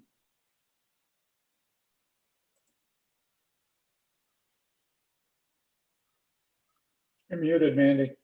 Oh, sorry about that. Delana, if you'd like to go, and then Eva, did you want to speak, or did you need me to lower your hand? You're on mute too. No, I'm good. Okay, all right, thank you so much. All right, go Delana. I want to support this person who's requesting this. Since the mid-60s, I used to walk home from Collier along Gazoo, and that particular dead end, I would always turn and walk to the end, because even then I realized what a pretty view place it is. That does not inhibit any vehicular traffic driving through that area. You have to slow down to go around the offset of that street. They're requesting to be able to have people walk up to there. And I do live in the Sunset Cliffs area down by the park. I do realize how bad the intrusive, we want to go there because we know we're not going to be hassled by the police. The police are way understaffed. They can't get to the calls for service. They can't take care of things. I support this person, and I'm going to request that when we in the Sunset Cliffs area request assistance in cutting down the nefarious up to no good type of stuff in our area, that we get support also. But I'm very familiar with where this woman is talking about, and what they're requesting is not adverse to the community or outsiders being able to enjoy that viewpoint. Thank you, Delana. If anyone wanted to speak, I'd like to. Paul Grimes, I'd like to speak. Sure, go ahead, Paul. If it's supported by the vast majority of the residents, I'm okay with it. And I think the perfect place to put the bollards would be on the pavement, right as the pavement ends. It'd probably be easier to install them there because there's pavement underneath it. But I'm slightly concerned as to if the people who live in the home with the gravel driveway approve of this, as well as the people across from them who have their front door in front of that dirt area. Do they both support it? Because it would affect their movement possibly. Additionally, I think that if you do it, you're going to have to put a red zone up against the gravel easement to allow those cars to get out there safely. Maybe, I don't know, maybe 1 car length or something. Additionally, I don't know, even though there was some, there was apparently bollards put up there at some point, there's no guarantee this activity would stop unless people are just doing it in their vehicles, but they still could park. And the last question is, where would the funds come from? Any kind of mini park or something like that? Thank you. Thank you. I Go can ahead, Eve. address, oh, I'm sorry. Oh, sorry, Lila, go ahead and answer the question you can, and I'll finish up. I have a few answers. Yeah, so as far as the neighbors, as I said, I loosely represent them. Absolutely, the two neighbors that you have referred to are absolutely on board with this solution. And as far as having the bollards there, it worked. We had a trial run. It worked. It was very successful. So those that I can tell you that and the homes that are directly below it, they absolutely are in support as well. Thank you. Lila, I did know that to the left, there was a driveway easement at the OB Planning Board. There were several members of the planning board who knew of the property owners to that adjacent to that property. And they stated that the driveway easement is legal. It just has, they're just wanting to push it back. And what they had done before for the mitigation, was it just some homeowners who put boulders there? Is that what you did to try to deter parking? That I cannot speak to. I had nothing to do with the boulders. We did have some temporary white flexible flex posts. Flex post, yes. Okay. And I know that neighbors did put those in because that seemed very safe. Like if someone did bump into them or whatever, there would be no damage and they just pop right back up. The boulders I can't speak to. Okay. Because they were not removable. All right, thank you. I'll have Eva go, and then I see Nicole Burgess wants to speak as well. Thank you. Go ahead, Andy, Eva. do you have any information on the possibility of creating a pocket park in that area?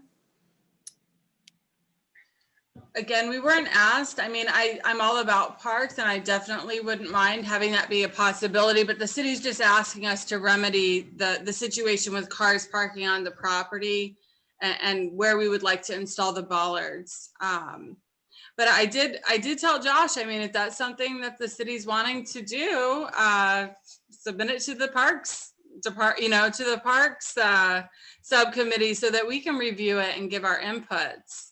But at this point, there's no intent to make it a pocket park. That was just the recommendation that came from the OB Planning Board, what they voted on. Need a short-term conclusion to it. Yes. But I do like Robert Jackson's option of lighting. I do have a letter here that I have created for this. I'd like to let everyone speak, but I'd also like to read what I have, and maybe then we can. Nicole, did you want to say something else? I'll make it quick, and I'd like to hear your letter, and I believe I'll support it. And thank you, Lila, for coming. I do understand the problems, and I think COVID just shines light on what's possible. And so that is a beautiful little lookout spot, as mentioned by many. And to get there by foot and be a pedestrian is a wonderful way to access it. And a lot of the problems, unfortunately, do come in a car. So it won't solve all the problems, but it's a great start. So I'm looking at your letter. Thank you very much. And I would like to, I can go ahead and make a motion to support this letter for consideration. I wouldn't mind also, I don't know if they do it, but I actually love a natural bollard, such as the boulders, or maybe a nice tree from Saratoga that they cut down. No, I'm just kidding. But something that was cool, maybe a natural. But I understand that we do need, I believe that it's correct, we do need some red striping there, no parking signs to make it so that. I'll second that motion. Okay.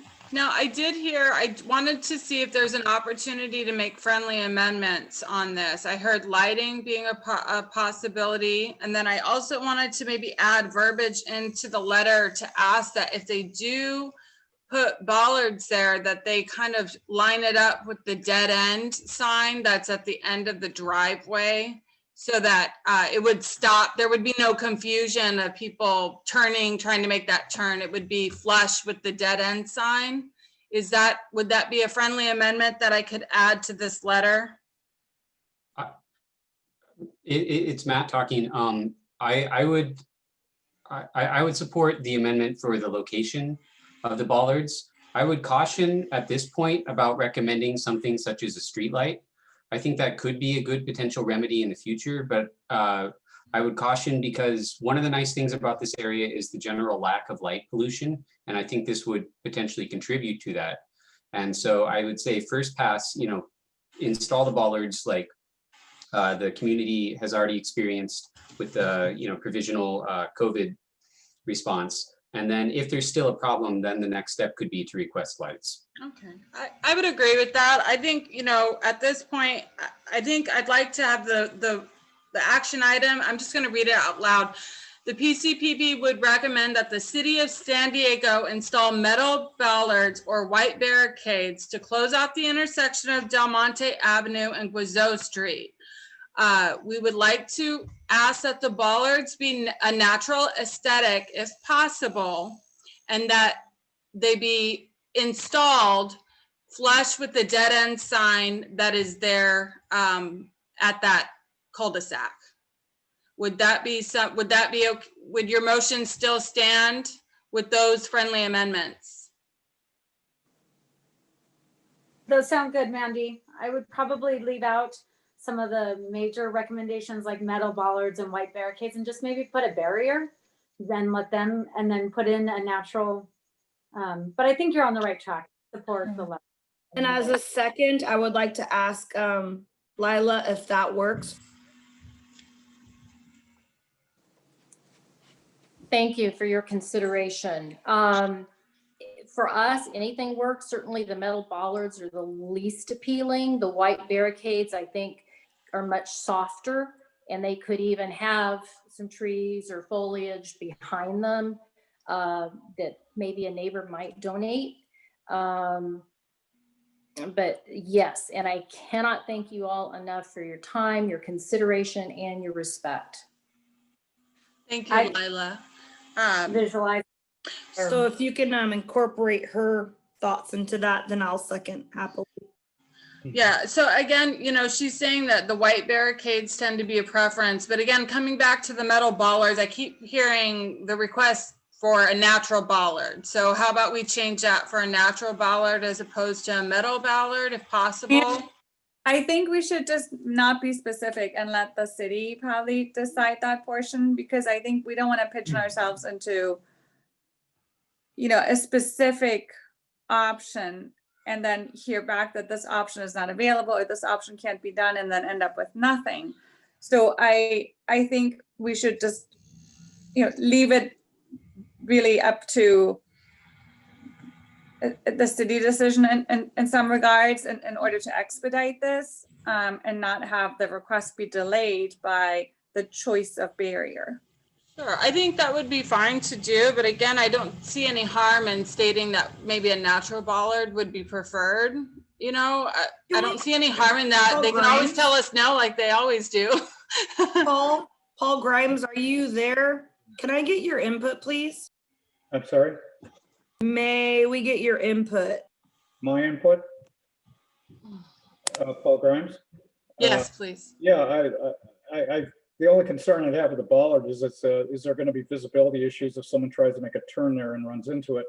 But I think that maybe we could have call it aesthetically pleasing bollard would be a request that may allow them to put in something that would be nice looking. As far as, and I don't necessarily mean that we need to put the lights in, but that's a zigzag intersection there, and there's a light at the corner, a quarter block down there. Physically, if that's a zigzag intersection, maybe they could remove that light and move it down to this corner, and it would still be a corner light and put some light onto that area. Paul, thank you. I always appreciate your input. And I think the city also looks at what if an emergency vehicle is necessary to get through there, that it can move whatever is there out of place relatively quickly. Yeah.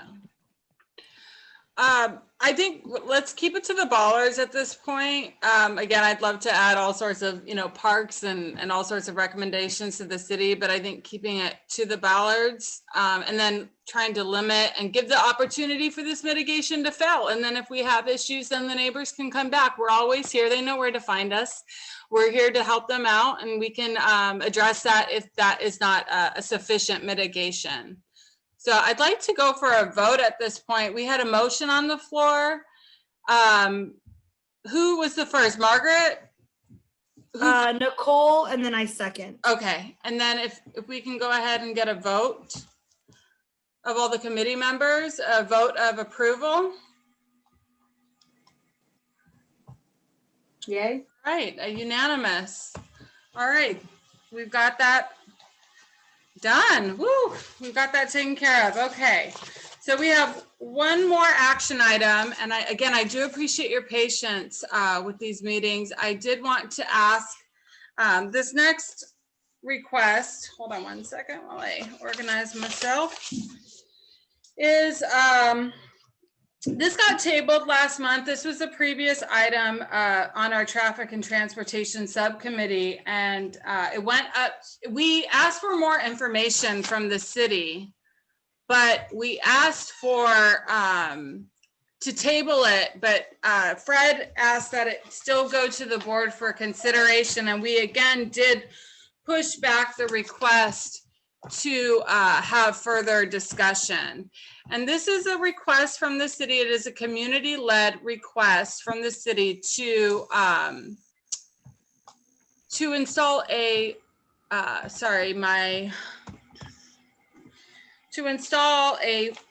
crosswalk at the intersection of Plumosa and Chatsworth. And I do have a neighbor here who is part of those efforts, and I would like to have her speak. Elizabeth, are you here?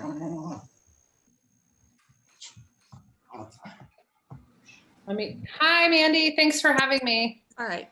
Hi, Liz. I'm going to go ahead and put a screen share. And Liz, if you wanted to go ahead and just kind of share with the group your experience as a community member in that neighborhood and why you're making this request. Great. Thank you. So my family moved to this specific neighborhood in around 2017. And I noticed when you attempt to just get onto Chatsworth from Hyacinth Drive, it was a white knuckle experience by car. And then when we started to frequent Liberty Station, we realized that crossing Chatsworth was frankly dangerous.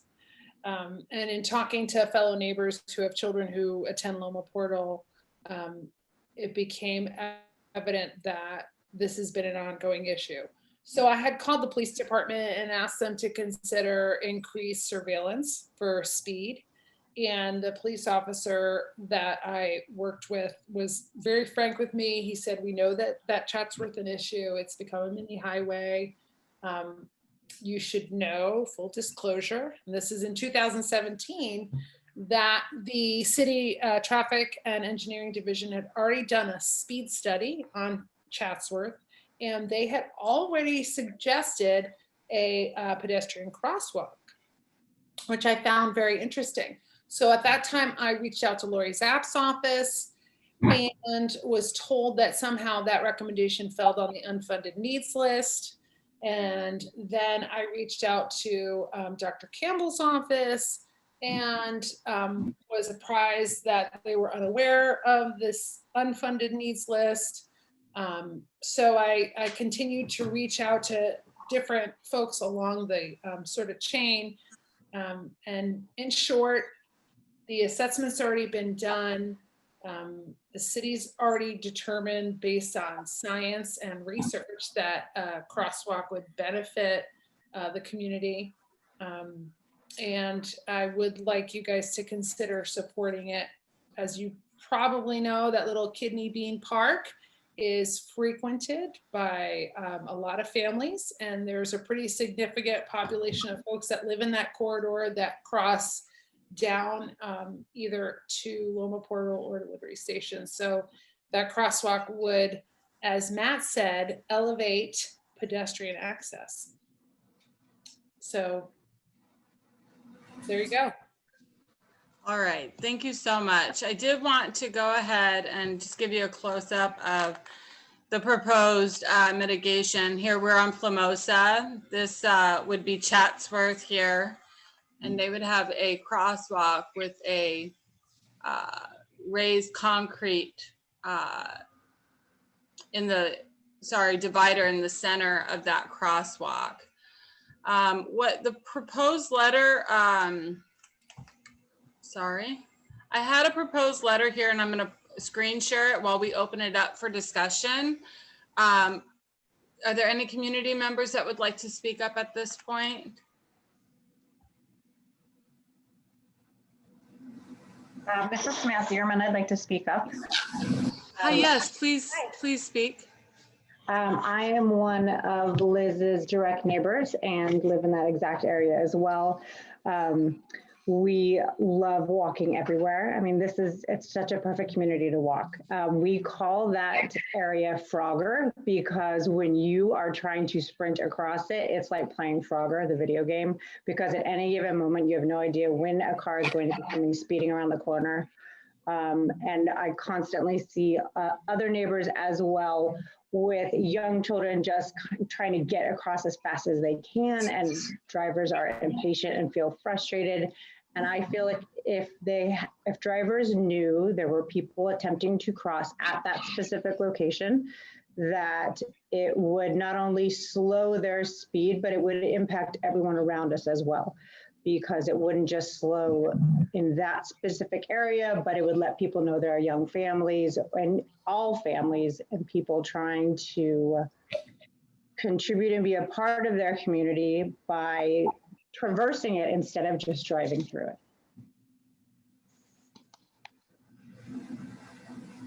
Thank you so much for your consideration.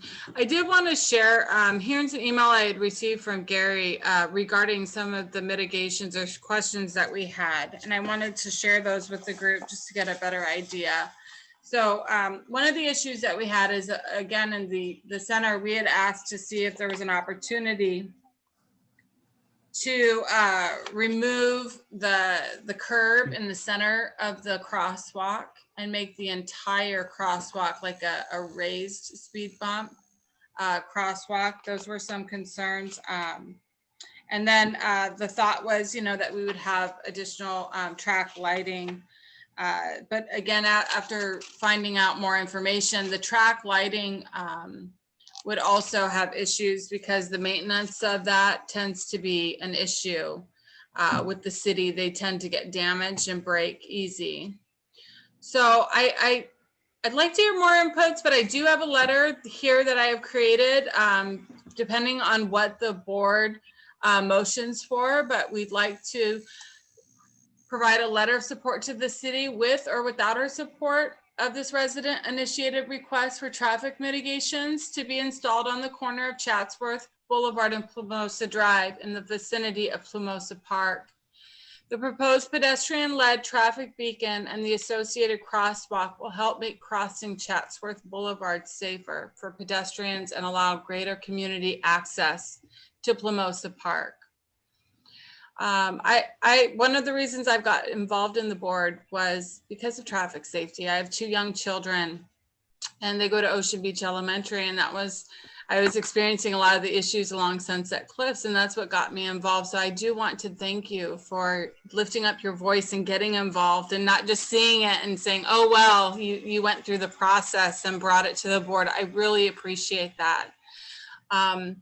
I'd like to see if there's a motion on the table. Is someone willing to make a motion on this letter to approve this request on the committee, or is there any discussion?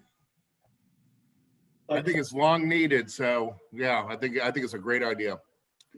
I'd like to provide. Hey, I'm not a member. My name's Jaime Torres, and I'm a direct neighbor with Sam and Liz. And I couldn't agree more. I think it's just a matter of time, unfortunately, unless something gets done where something unfortunate could happen, because it's such a heavy trafficked area. Not only that, with Loma Porto, my kids walk to and from school from there. So I think really something needs to get done before something unfortunate does happen, because a lot of cars do speed through there. And it's really unfortunate that, nothing has been done and it's kind of been put on the back burner. Hi, can I also speak up? Sure. Hi, go ahead. Brad Wojtek. I actually live right across the street from Plumosa Park. I'm the house right on the corner of Chatsworth and Hyacinth. And we've lived here for about 6 years now. We've had 3 cars get rear-ended from visitors at our house as people come around the corner and stuff here. And, you know, I have to be totally honest, like we have 2 kids that go to Loma Portal Elementary, and so they have to cross Chatsworth, and the nearest crosswalk is on Browning, which is what the street that Loma Portal's on. And there is a crosswalk there with flashing lights, but that's still super dangerous just with the flashing lights. It's like 50-50 as to whether people will stop for that. So I still won't let my kids walk without some adult, like that will sort of, you know, play interference. You know, and as we've lived here, even in just the 6 years, you know, prior to COVID, the amount of opportunities and businesses that have developed in Liberty Station has grown tremendously.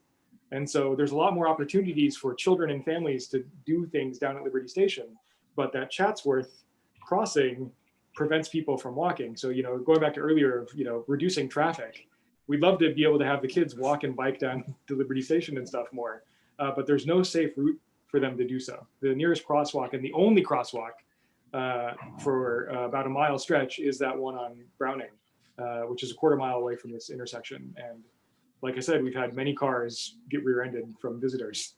So anyway, thanks. Thank you for your time. I really appreciate all these neighbors coming out and lifting up their voice. That's great. I really appreciate that. Margaret? Again, I want to support the neighbors with this movement. So I want a motion to support this letter to the board in hopes that we can improve safety in that area. I'd like to second that motion and leave it out for the floor for discussion. Paul, did you need to speak? Yeah, I'd like to speak about it. Yeah, definitely it's necessary, but as we all know, there's trade-offs. And the bump outs, they're very large. And besides being expensive, they're going to pinch bicycles from through traffic there. And then also, if you look at it closely, if you're trying to make a right turn from Chatsworth onto Plumosa, you almost can't even make that turn. You'll be in the opposite lane when you're going around. And then a left turn coming out of Plumosa onto Chatsworth at that point, you have to funnel yourself into that narrow area that's been proposed. I think that all of these things could possibly be made better if the curb area was the bump out was a smaller dimension, and just so that we'd be able to get maybe 6 extra feet and maybe bikes through there, and the cars would be able to make turns a little better.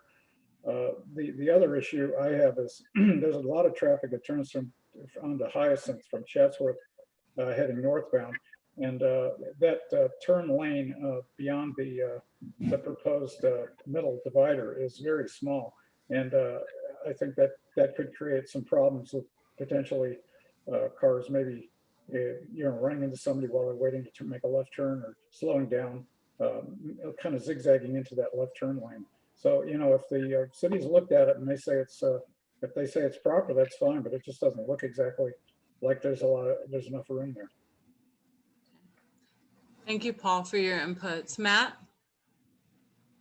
Yeah, I think that the narrowing of the street there is an important factor. As one of our community members made the comment that if drivers are aware of this being a crosswalk, they might drive slower. I think what might actually force drivers into slowing their speed is having a narrowing of the road that's going to perceptually constrain them and force them into that. As a bicyclist, I am concerned about the narrowing of it in the sense that the street is fairly wide on the approach. Say if I'm, bicycling up Chatsworth, say from Liberty Station, I'm not going that fast, and the road's fairly wide up until that point. So there is often room for me to be to the right of where the travel lane is, but I wouldn't have room there. That being said, I don't like the idea of having to cars right around there. I think one mitigation though that could allow this without having to give up any of the bulb out and still be able to keep the street narrow would be if they do a very soft rounding edge of the curves so that a bicyclist, if they needed to, could ride up on top of that bulb out. I'm not going at such a fast speed up the hill that it would be dangerous for me to go up a little rise like that. That's just the only thing I would want to add to this letter. Okay, and I remember the last time we had talked about this, I know we had talked about the bikers and again, the street calming measures that you wanted to have in place. So I can put added verbiage to that, that they consider the narrowing of the road with street calming measures. And then the second part you said is a soft rounding of the curb cutouts to help assist bikers. Yeah, I think really that second part is the only thing that would need to be added for my concern, because the Okay. design, as they've shared it with us, already has that narrowed road. Part of what I was saying was in response to Paul. Like, I definitely understand what Paul's saying with some of his concerns. I just wanted to say that I think in terms of trying to help with the speeding problem, the narrowing of the road as the city has proposed it is probably one of the best solutions. Just if we could round the edges of the curbs, that would take care of my concern. Okay, so rounding the edges of the curbs. What it's worth on this one direction downhill, you have the same situation and you would be going at a higher speed. So going up and over the curbs with curves on them, they would be a little problematic. Paul, I can't hear you. Can you speak up a little bit? I said if the southbound or the northbound section has a downhill, and that the speed of the bikers would probably be higher, and they may not be willing to hop up onto the curb on that side. Okay. And so I think on the Plamosa Park side between Hyacinth and Famosa, where you have the mailbox, and a lot of times you have cars parked there for sale. To keep that like a bike lane open there, wouldn't you think you would need to maybe possibly paint that curb red from Hyacinth all the way up to Famosa, just to make sure that area is clear visibly, and for the pedestrians and for the bike riders, you know, heading up towards Point Loma High School?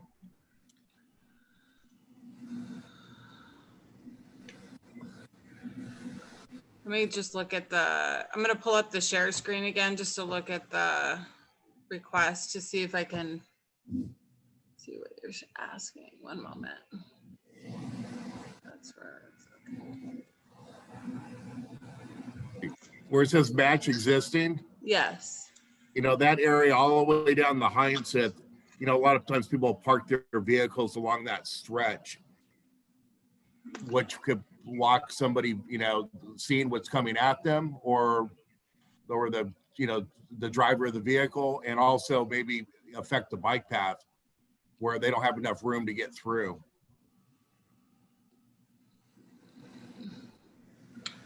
I'm just looking at this curb. Looking at that, it just says match existing. Let me just, excuse me, sorry about that. I'm just gonna scroll down and see if I can.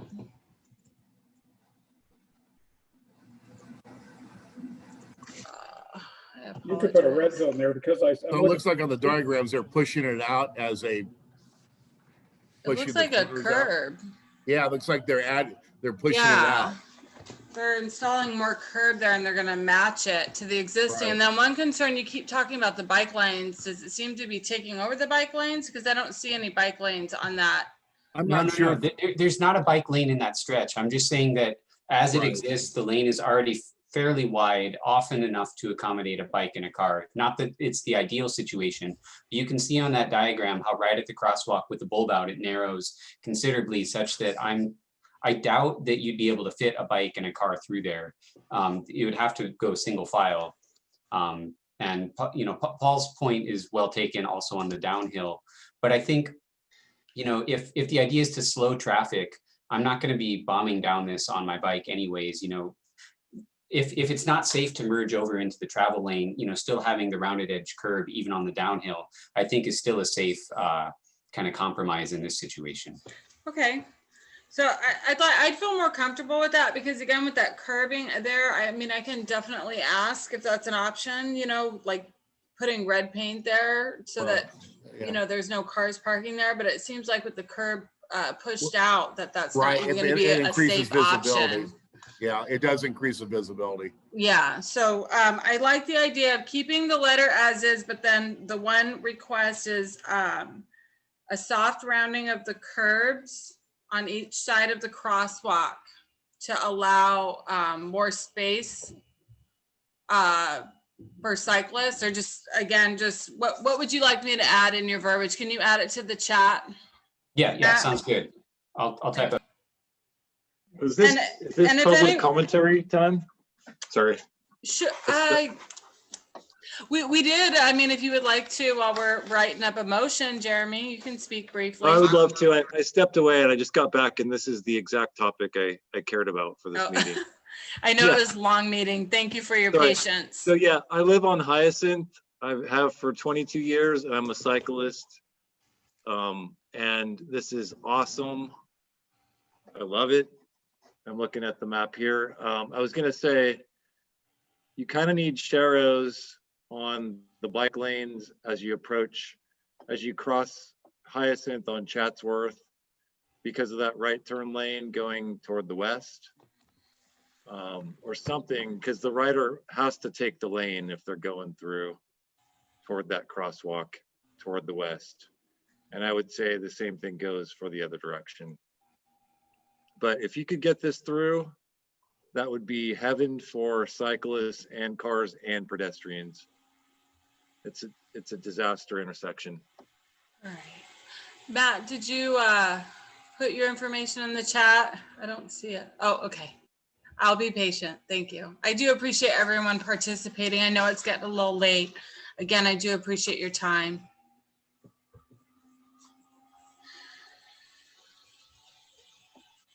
So there's a current motion on the floor. Mandy, can I add comment? Sure you can. Well, sure, Delana. I'm also a cyclist, and rather than sharrows, because sharrows don't do a lot, I would request, if you're going to keep it that narrow where a bike and a car cannot fit through together, cars always assume they have right of way. Trust me on this. I ride the entire county. They never want to share. It's always us sharing with them or getting run over. And so I would suggest a sign that says specifically, cars yield to bikes, or bikes have right of way, something like that, so that you're encouraging.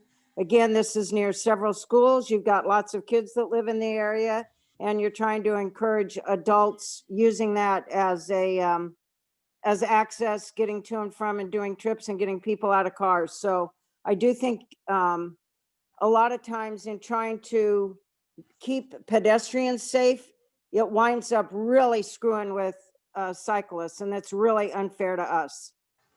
So thank you for listening. Thank you, Delana. I really appreciate that. So I'm just going through the chat. I have what Matt recommended. So I'm just Nicole recommended something pretty awesome as well about the ADA ramp. Oh, did I miss a comment? Yeah. All right, go ahead, Nicole, while I'm just writing down some information. Go ahead. ADA ramp, soft curb. So I basically am just kind of reiterating what Matt was trying to say. And so he wrote it out a little better. So it's basically like they have them downtown, big ADA curbs, it's like a 15-foot radius. And I hate to dislike to really say that what's using for bicyclists, because really technically I don't want bicyclists. I don't want to have to go up there. It's really for the 8-year-old that needs to go up there. So it's not about and then I will just comment on Delana and Jeremy's. Thank you, Jeremy, for being here. I think sharrows and bikes may use full lane signage is appropriate for letting the traffic know that we need to intermingle and be there with them. Okay. All right. So again, Elizabeth, Elizabeth, go ahead. So then, okay, yeah. So it's been explained to me that Oscar Torres, who is the supervising officer at the Traffic and Engineering Division, explained to me that one of the issues that contributed to the stall of the implementation of this crosswalk was that Chatsworth was considered an emergency access road. So I think softening that curb would not only help with emergency access and cyclists, but just the boldness of the coloring and the lights will make more of a presence to vehicles that this is a pedestrian crossing and a cyclist crossing. So I think a soft curb would be an acceptable recommendation in the event that emergency access vehicles, which routinely come up Chatsworth, you know, maybe the median could be left with a hard edge, but the curbs that are going to line Chatsworth could be softer. At the bottom line is, Oscar explained to me a point that I neglected to bring up. When they did their traffic and engineering study and they assessed the speed, the average speed of vehicles on Chatsworth, he said that the average speed was somewhere between 45 and 50 miles an hour. And if you've been on Chatsworth and you've paid any attention to the signage, the recommendation is between 25 and 30. So when I approached the police department to ask them to consider increased surveillance, I was told, yeah, we really don't ticket people for going 10 miles over. But 10 miles when you're hit by a car as a pedestrian or a cyclist makes a significant difference in the amount of energy that you have to absorb when you're getting damaged. So just that visual element. And if you were to look at the map, if you were to look at a Google map, you know, that crosswalk is being recommended at like the apex of the curb there on Chatsworth. And it's the most visible point for a pedestrian or for a cyclist. So if nothing else, it'll be a visual cue for a vehicle that this is a spot where you should expect pedestrians or cyclists to cross. And it would at least bring them from doing an average of 40 miles an hour to 25, which is a horrible way to justify a crosswalk. But we know that the police department isn't going to increase a presence there. And they're not, I mean, you know, having spoken to several folks within the PD, they're, you know, I don't know if you guys know this, but every time somebody with a mental health disorder has to be admitted and the PD is involved, the PD has to essentially manage that admission, and they lose an officer to an emergency room every single time. Wow. So there may be 5 or 6 officers on patrol, but more than 50% of them are escorting someone to the ER for a hospital admission. Oh, wow. So that's why, at least that's how it was explained to me, that's why we've lost so many officers on patrol. Because of the way That's the good information. Yeah, that's the way the legislation was written. And that's why we're looking to get groups like, I believe, Alpha, and I'm probably misquoting the names of these different groups that have offered to help sort of escort these folks. Because when you arrest somebody for disorderly conduct and you've not recognized that they have a mental health issue. You know, I would appreciate more of that information. If you would email that to me to share, I would definitely, because the lack of enforcement is an issue our entire community faces. But I think if you had information about why they're not able to enforce, that would help kind of start a dialogue for sure to find ways of support for our police. Yeah, I mean, that's why the Alpha Project, I mean, there's different, you know, there's Bergen County, New Jersey had done, they had a pretty significant issue with homelessness, and there are different groups out there that support initiatives to ban homelessness. And one of the big issues is identifying why police escorts, resources, and then maintenance. And apparently this town had a pretty significant issue and they were able to eradicate it, but it takes buy-in from leadership to fund that kind of movement. So when I was trying to get police to just sort of watch speed on Chatsworth, they laughed at me like, are you kidding me? Like, we can't even respond to 911 calls. We're not going to park a cop there to monitor speed. So I think it would be a good compromise to soften those curbs on Chatsworth. But I think leaving the medians intact, because leaving the median with an intact curb, hard curb, would be a good idea. Just because if you've attempted to cross it, like I said, it's a white knuckle experience doing it in a car. Well, I appreciate those inputs. We have a motion on the floor and I know this meeting's getting late. So let's go ahead. I have Margaret as the first. I have seconded. We've added the appropriate friendly amendments regarding the soft curb on both sides to help assist bicyclists across that as well. I'd like to push it for a vote at this point. If you want to show a raise of hands for approval. The only thing is, Mandy, can you send a draft to our committee after it's all amended and all that stuff? Because I just want to make sure Nicole reviews it. Yes, definitely with the drafts for sure. Before it goes to the board. Did I post the draft up for everyone?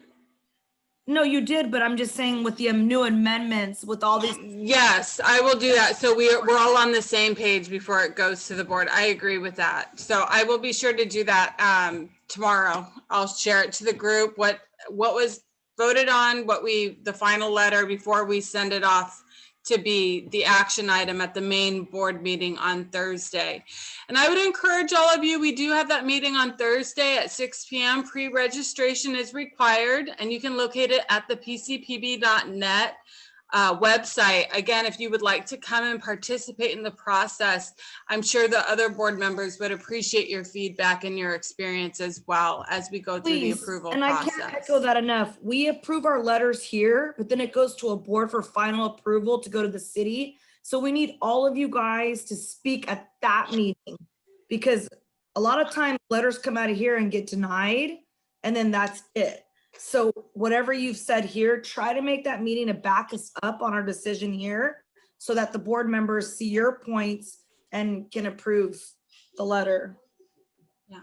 So I saw a vote. I'd like to have a vote really quick. I know Eva dropped off. So Margaret first, I second it, and a vote here. We've got Matt, yes. Paul, are you a yes? All right. And Nicole. All right. It passes. Congratulations, friends.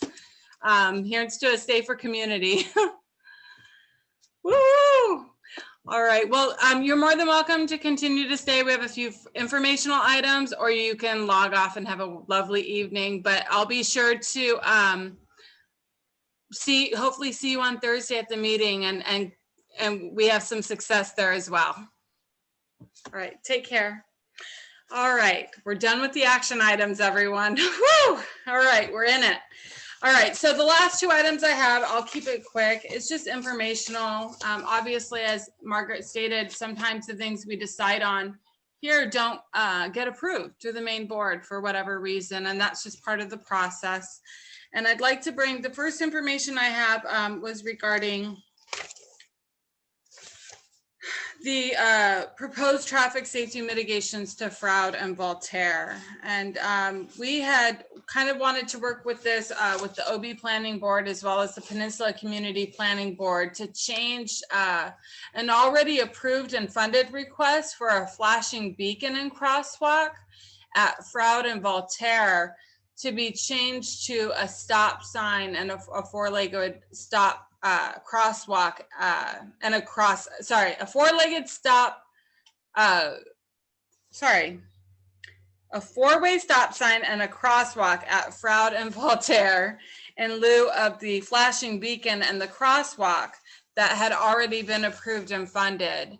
And so after consideration between our board and the OB Planning Board, it didn't pass. So I'd like to see, is this something that we want to add as an action item for a future meeting and maybe change our request, or do we want to just defer this request and give it some time?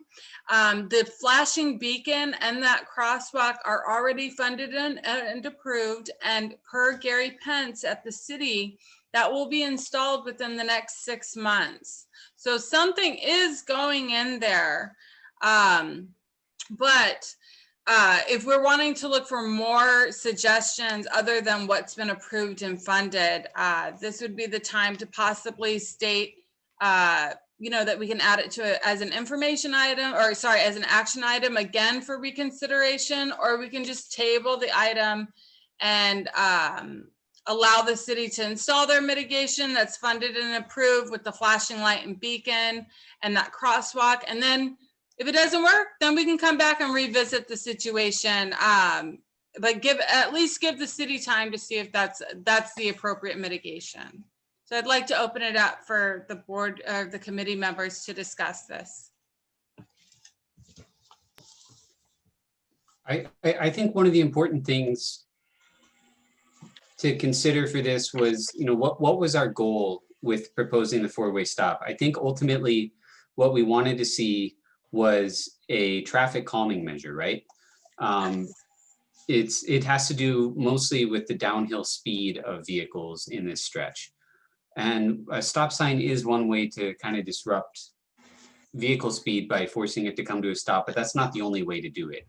I think a flashing beacon works in terms of trying to get cars' attention for people looking to cross the street, but I think if this is only an on-demand kind of road feature, it's not going to do much in the way of slowing cars descending this hill when there aren't pedestrians accessing it. I think part of the reason we got pushback from the full board had to do with, it being a stop sign, but also maybe that what we're trying to do is, suggest a very specific course of action, when maybe what we want to do is to try to reframe this to the city as, yeah, your proposed solution for this crossing beacon solves one problem, but the problem that it doesn't address is the concern about downhill speeds. So maybe the first step is to actually try to make the city aware of it as a problem, or just ask them if they think it's a problem, by commissioning something like a speed study in that corridor. And I believe, Nicole, can you speak on this? I thought you had mentioned at the last OB Planning Board traffic meeting that they had, there's already like traffic studies on like 7 of the streets in the vicinity. Is that what, would that address what Matt's talking about, or would that be a separate request? That was my understanding, is that they looked at all the 7 streets that came onto Voltaire. So they were studying them all, and I agree with you, Matt, that it is about traffic calming. I want to look at like what we just heard, and the one if we look over on Chatsworth and look at those examples, the Browning flashing beacon, as they said, is still dangerous and still not safe. And this kind of treatment that they're proposing at Plamosa is that traffic calming with narrowing of the road. And so I feel like that's a better solution. And I agree with Matt that we need to be somewhat vague and comment on that we need to address the actual downhill speed. I agree with Matt as well, that we need to bring some factual studies to the table before we have the board vote. I think that's why we were kind of unsuccessful at the last meeting, because there was really no backup to it. I forgot that there were already these studies done, but I wanted to ask if Nicole or Mandy, if someone remembers, were these traffic volume or actual speed studies? Because I think those are often done separately. I believe that they're volume studies. I thought it was speed, Nicole. Look, would they be? Honestly, I never got a clarification. That's time. I was just under the understanding that they were studying the corridor and the streets. So I'm not sure exactly what kind of studies they were doing. But they looked into it extensively, denied the 4-way stop, and are going forward with this, flashing beacon, which I do find that we are having issues with them around the city. So we have seen it been removed at Point Loma Avenue and Sunset Cliffs. We had an issue with Washington and Albatross. I know it's a learning curve, but there is still some dangers that I foresee in just a pedestrian flashing beacon crosswalk. And it would be nice to maybe put it a little more on a road diet or a lane diet. But I'm not, I want to be vague like Matt says. Yeah. I'm not. Matt, I like the idea. Just kind of with my making that type of request, would that come in the form of a letter, or is that something that we can pull from the city and then kind of change our requests a little bit to match the data that we find? How do you think we should proceed? I think we can request a speed study in that corridor. I don't think we have to go through full board to request that. I think you could just contact someone like Gary. Okay. And, you know, explain what we've been talking about, that like, you know, we appreciate the flashing beacon. That was a request, you know, initiated what, over 2 years ago. So, you know, that addresses some of the concern, but not the downhill speed of cars. And that's what we want evaluated at this point. The downhill speed. You know, I will, and I've been talking to Gary about these inputs, and some have been successful where he's like, oh, I'll look into it, great. Or some, like you said, require a letter depending on what we're asking. So I'll email him in the morning regarding these concerns about that and see if there's an opportunity for us to request a speed study without having to, you know, have an action item from us. It can still address the issue and find out a possible solution for the descent, you know, the cars descending down Voltaire, and help us find an appropriate mitigation to slow those cars down. So I like all those. If everyone's fine, did you want to move on to the final informational item? I know it's getting late. I do again appreciate all of your inputs. I'm very grateful. The last one, again, it's kind of the same. This was the traffic safety mitigations that we requested for Sunset Cliffs Boulevard that did not receive approval from the main board. You know, this one was really disappointing because it was another community-led event. We had neighbors come, address their concerns. There was a meeting that they met with a mayoral candidate to discuss these issues with their neighborhood as well. And unfortunately, there is a lack of enforcement in our city. And I did appreciate what Elizabeth stated. I'd like to look into that further to see if there's a dialogue we can establish there. But I don't want to put Sunset Cliffs on the back burner by any means. It is a very popular destination. It is a dangerous situation. It's possibly going to end up being an environmental situation due to the cliff erosion that's happening.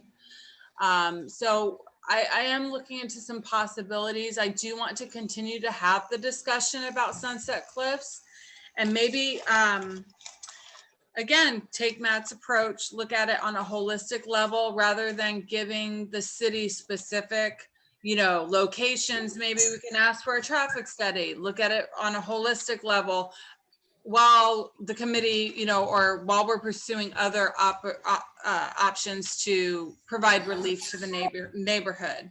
But I do participate in the OB Planning Board Traffic and Transportation Subcommittee, and they are experiencing a lot of the same issues because people utilize Sunset Cliffs Boulevard to navigate to Point Loma, you know, in the Cliffs area. So they are experiencing a lot of these issues as well. So I would like to table this, even though both of these items, but still have these as a topic of discussion as areas of concern for our community, so that we can continue to watch these. And then again, with regard to Sunset Cliffs, you know, continue to look at this, come with a letter of proposed solutions to provide a holistic remedy to that community for these types of issues. Go ahead, Margaret. I'm gonna also add Sunset Cliffs to the long range planning committee, because from what I see coming down the pipelines for Sunset Cliffs, it's kind of scary with some new developments coming that way that I don't even know if people know. But I've had some past board members email me some stuff that they're on their boards talking about, and I'd like to it be kind of hand with traffic, long range planning and traffic, to really listen to Sunset Cliff community, because they've got, I mean, so many things going on there that I think it's going to be more of a long-term fix. I agree. Traffic. You know, I'm going to add them to the agenda to my next meeting.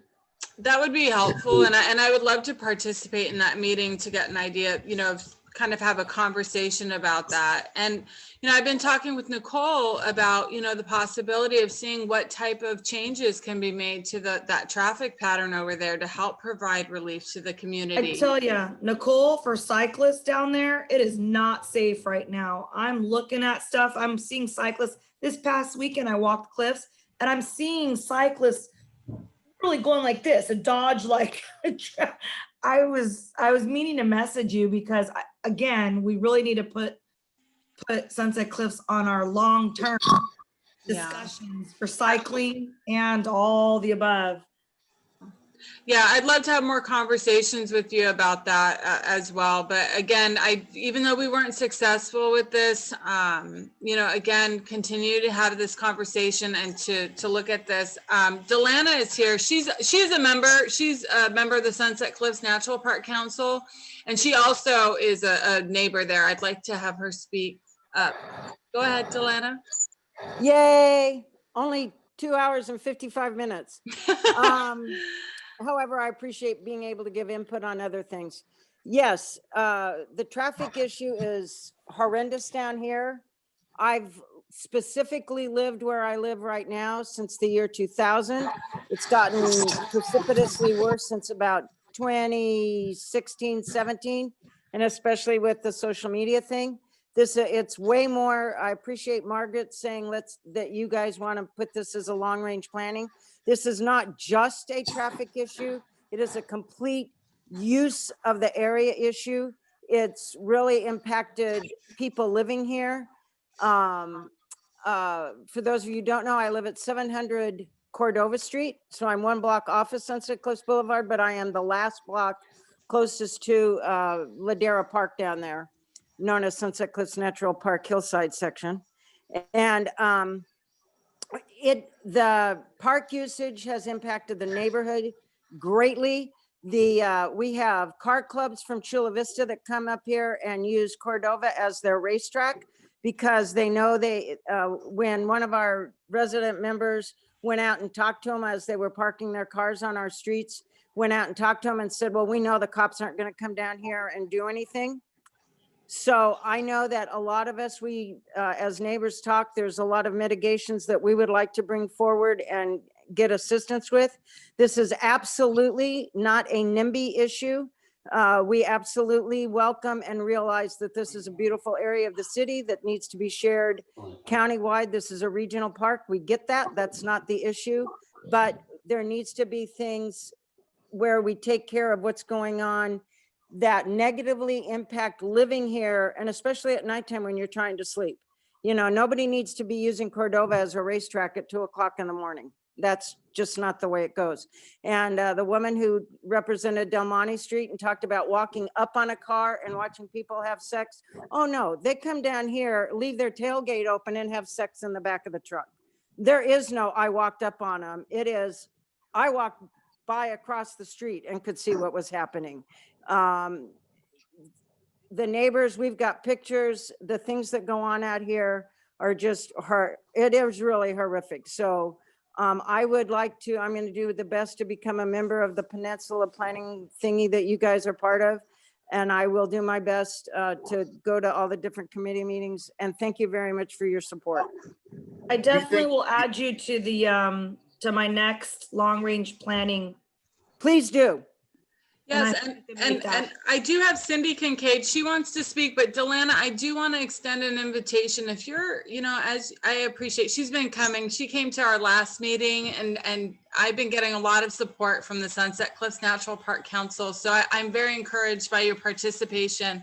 If you're wanting to become an official committee member to any of the PCPB committees, that's also an option for you, so that not only can you give your inputs, but if you are successful in becoming a committee member, you actually get to vote. And so I would love to have that as an opportunity for you at one of our committees. So I'll be sure to think of you and have you in mind. Mandy has my email information, so she can send me the rules about, I know like with Sunset Cliffs, you have to attend 3 meetings in a row and then fill out a paperwork and you're part of it. I'm very happy and willing. If somebody will send me a link to this Thursday's meeting, I'll get myself started there. Very much that's what I want to do. As a matter of fact, my partner, we had our house on the market to sell because she was so tired of living here. Fortunately, nobody liked our house. You can come by and see it anytime. The house nobody wanted.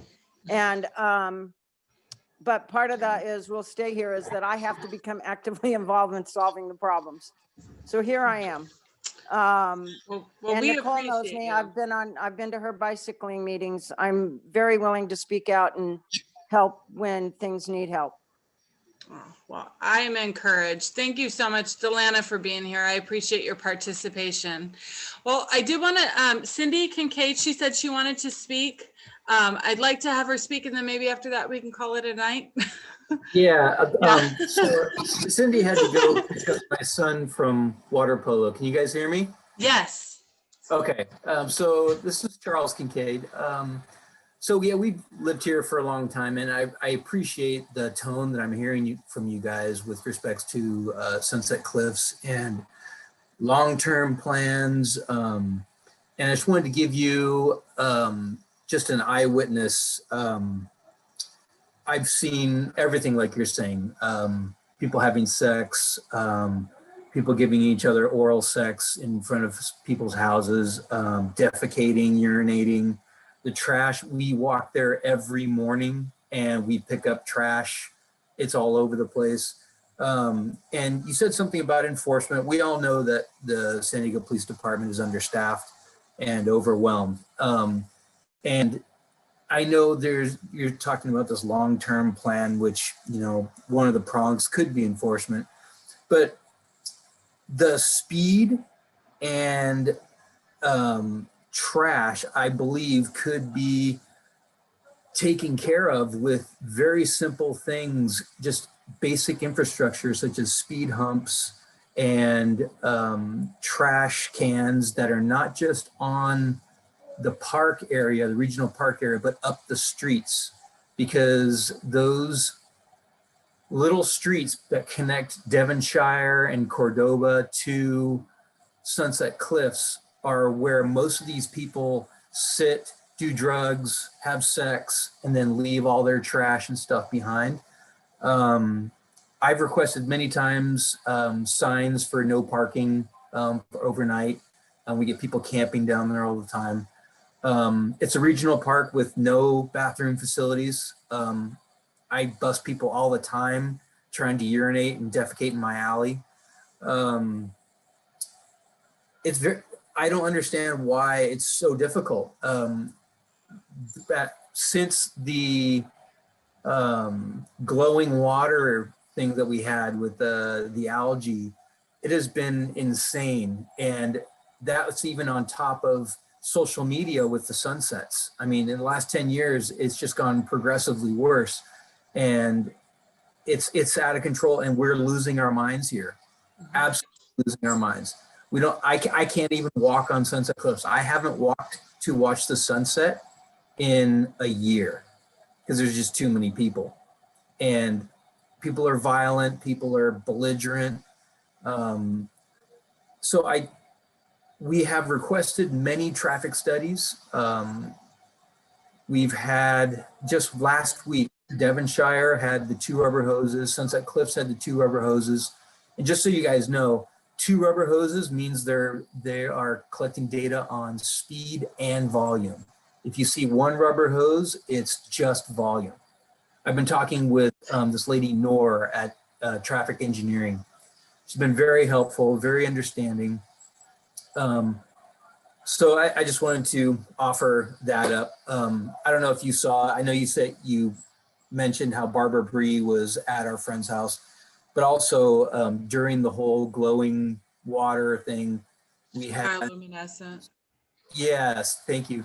It was either KUSI or one of the TV stations, a reporter came out, and as she was interviewing us for the traffic and all that stuff, her car was broken into half a block away from where she was interviewing, and they stole her purse. So I feel like, I mean, I work my butt off. I'm an engineer. My wife is a director. I mean, we've worked so hard, and I don't mind people coming, but I don't go to Chula Vista and El Cajon and trash their neighborhood. So, I mean, just if there's any influence, just getting the speed humps, honestly, would help deter people from coming here to do the racing. They'll get annoyed, and maybe they'll stay away, or just be less of them. So anyway, I don't want to rant and get all, bitchy, but sorry. I want to thank you for your inputs. A lot of what you're saying, and I'm sure Delana will agree, those are the same concerns that are being experienced in the park and by several of the neighbors. I'll leave it for Delana to speak. I just again want to thank you. We do hear you. You're not the only one stating these Thank you, things. guys. I appreciate We it. really do want to try to help bring some relief to the community. So we do appreciate your patience while we try to find the best solutions for you. Mandy, quick question with Delana and him. Since they've closed off the garbage and the access down there, has that increased problems up on Ladera with people parking and all that?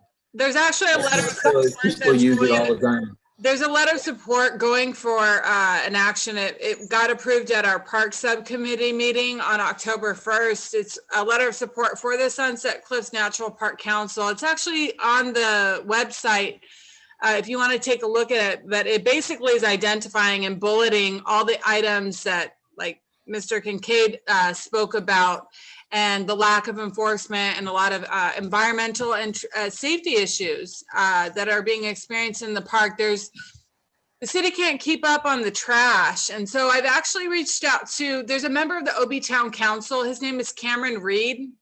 He has actually been volunteering and picking up trash in the OB community for free and dispersing of that. So I have been reaching out to him. He does have some paper receptacles that he could offer up for free to use. But again, the issue of liability comes into play, and being on the cliffs, we got to be very careful, because sometimes it might be there, but then someone will throw it over the cliff and it'll end up being a flotation device, or it'll be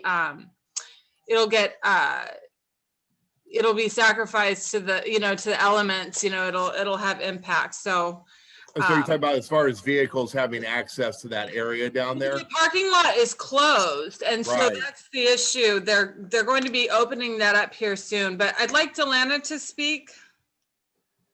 The fact that the parking lot is closed has not done anything at all to take care or stop or slow down people that use the park on top of the cliffs, or to do anything with people that go down onto the beaches. With the guy that lives right there at the corner, listens to people talk as they go down the stairs, and the comment is, don't worry about it, the cops won't do anything.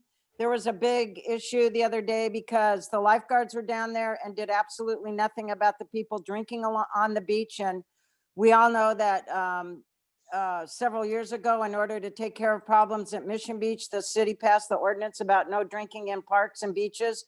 There is zero enforcement by the police or the lifeguards when it comes to Garbage Beach, or no surf down at the at Gazoo and Cordova there at the Split. I kind of understand it. I'm a retired police officer. In my $200 uniform and slick shoes, I'm not sure I would go up and down these stairs, but that's not an excuse. The city needs to figure out how to enforce and take care of these problems. And the people that come down here, they just park on the surface streets. We really do we're trying to do things to, as Mr. Kincaid said, we're really trying hard to work on taking care of parking issues, not just along the cliffs, but then when it puts it into our neighborhood. And I know I've got lots of ideas. I'm very happy to be working with everybody. So far, all talk and no action hasn't done anything at all to help. And speed bumps aren't necessarily going to be the answer. My opinion right now, stop signs don't help because people will run stop signs. That's not the issue. I think right now for Cordova Street, that if we could have roundabouts at every four-way intersection, then it's not a straight shot. Bull-nosed narrowing or traffic diet or road diet, whatever they call that, that's not going to help. But those circles that personally I have always I hated, love the roundabout idea. I love it. So that's what we need to be working on, and I appreciate everybody's support. Again, we're the ones that live here, pay the taxes here. We're the ones that support the community. Doing things for visitors is not the right answer. You need the cops to come back like they were during COVID down there. Yeah, but they did nothing. In all honesty, They didn't do everybody a held up single their beer thing. and saluted them as they turned on it. To me, it was incredibly embarrassing as a former police officer to have the cops do nothing and Right. have people show absolute utter disrespect, and you're not going to do anything. So why are you here? I and all my friends that are cops, we were horrifically offended by the display of disrespect, and the officers kind of accepted that as this is the way it is. It was very, if you're going to be here, do something. If you're not going to do anything, if you have laws, enforce them. If you're not going to enforce them, change the law. I'm very strong that way. Right. All right. Well, I do appreciate all your inputs. I see Margaret has one more comment. I've taken all these. These will be added to our list. Again, I have not forgotten about you. The committee has not forgotten about you, and hopefully we can get some more support for the community. And I'll leave it to Margaret. I just want to end it with this note because we can be here all night, because I know Sunset Cliff has lots of concerning issues. I know it because I breathe it. I walk down there and I see it. I just want to make sure that Sunset Cliffs is covered all around the board here with different committees. Now, you need our help. We need your help. We can only advocate so much as a committee. Everything has to go to the board for final approval. So when we ask you guys to come to these boards to support us for final approval on letters or whatever, you have to get all your neighbors to attend these Zoom meetings and speak up and support what we're sending to the board. That's crucial. I agree. The Thank other thing you. is I've notated a lot here too, and I'm again going to bring it to the long range planning committee, but again, need all your help, all your input, because I'll tell you this, you can fight, and I have experience doing this. You can fight without boards, your community boards, but you actually need those approved letters from your local planning groups that say, hey, we don't want this in our community, or hey, we support this neighborhood with these actions. This is what the people want. So you really have to speak up and help us get to that level of getting what you need by attending these meetings and speaking up, and that's all we can do. Send us the links. We'll do everything we can. All right. Thank Well, you. everyone, thank you. Thank For you sure. again for a wonderful Yes. evening of discussion. I appreciate your participation, and I look forward to working with you in the future. Thank you, guys. All right. Take care. Have a great evening. Thank you, Mandy. Nice job. Good night.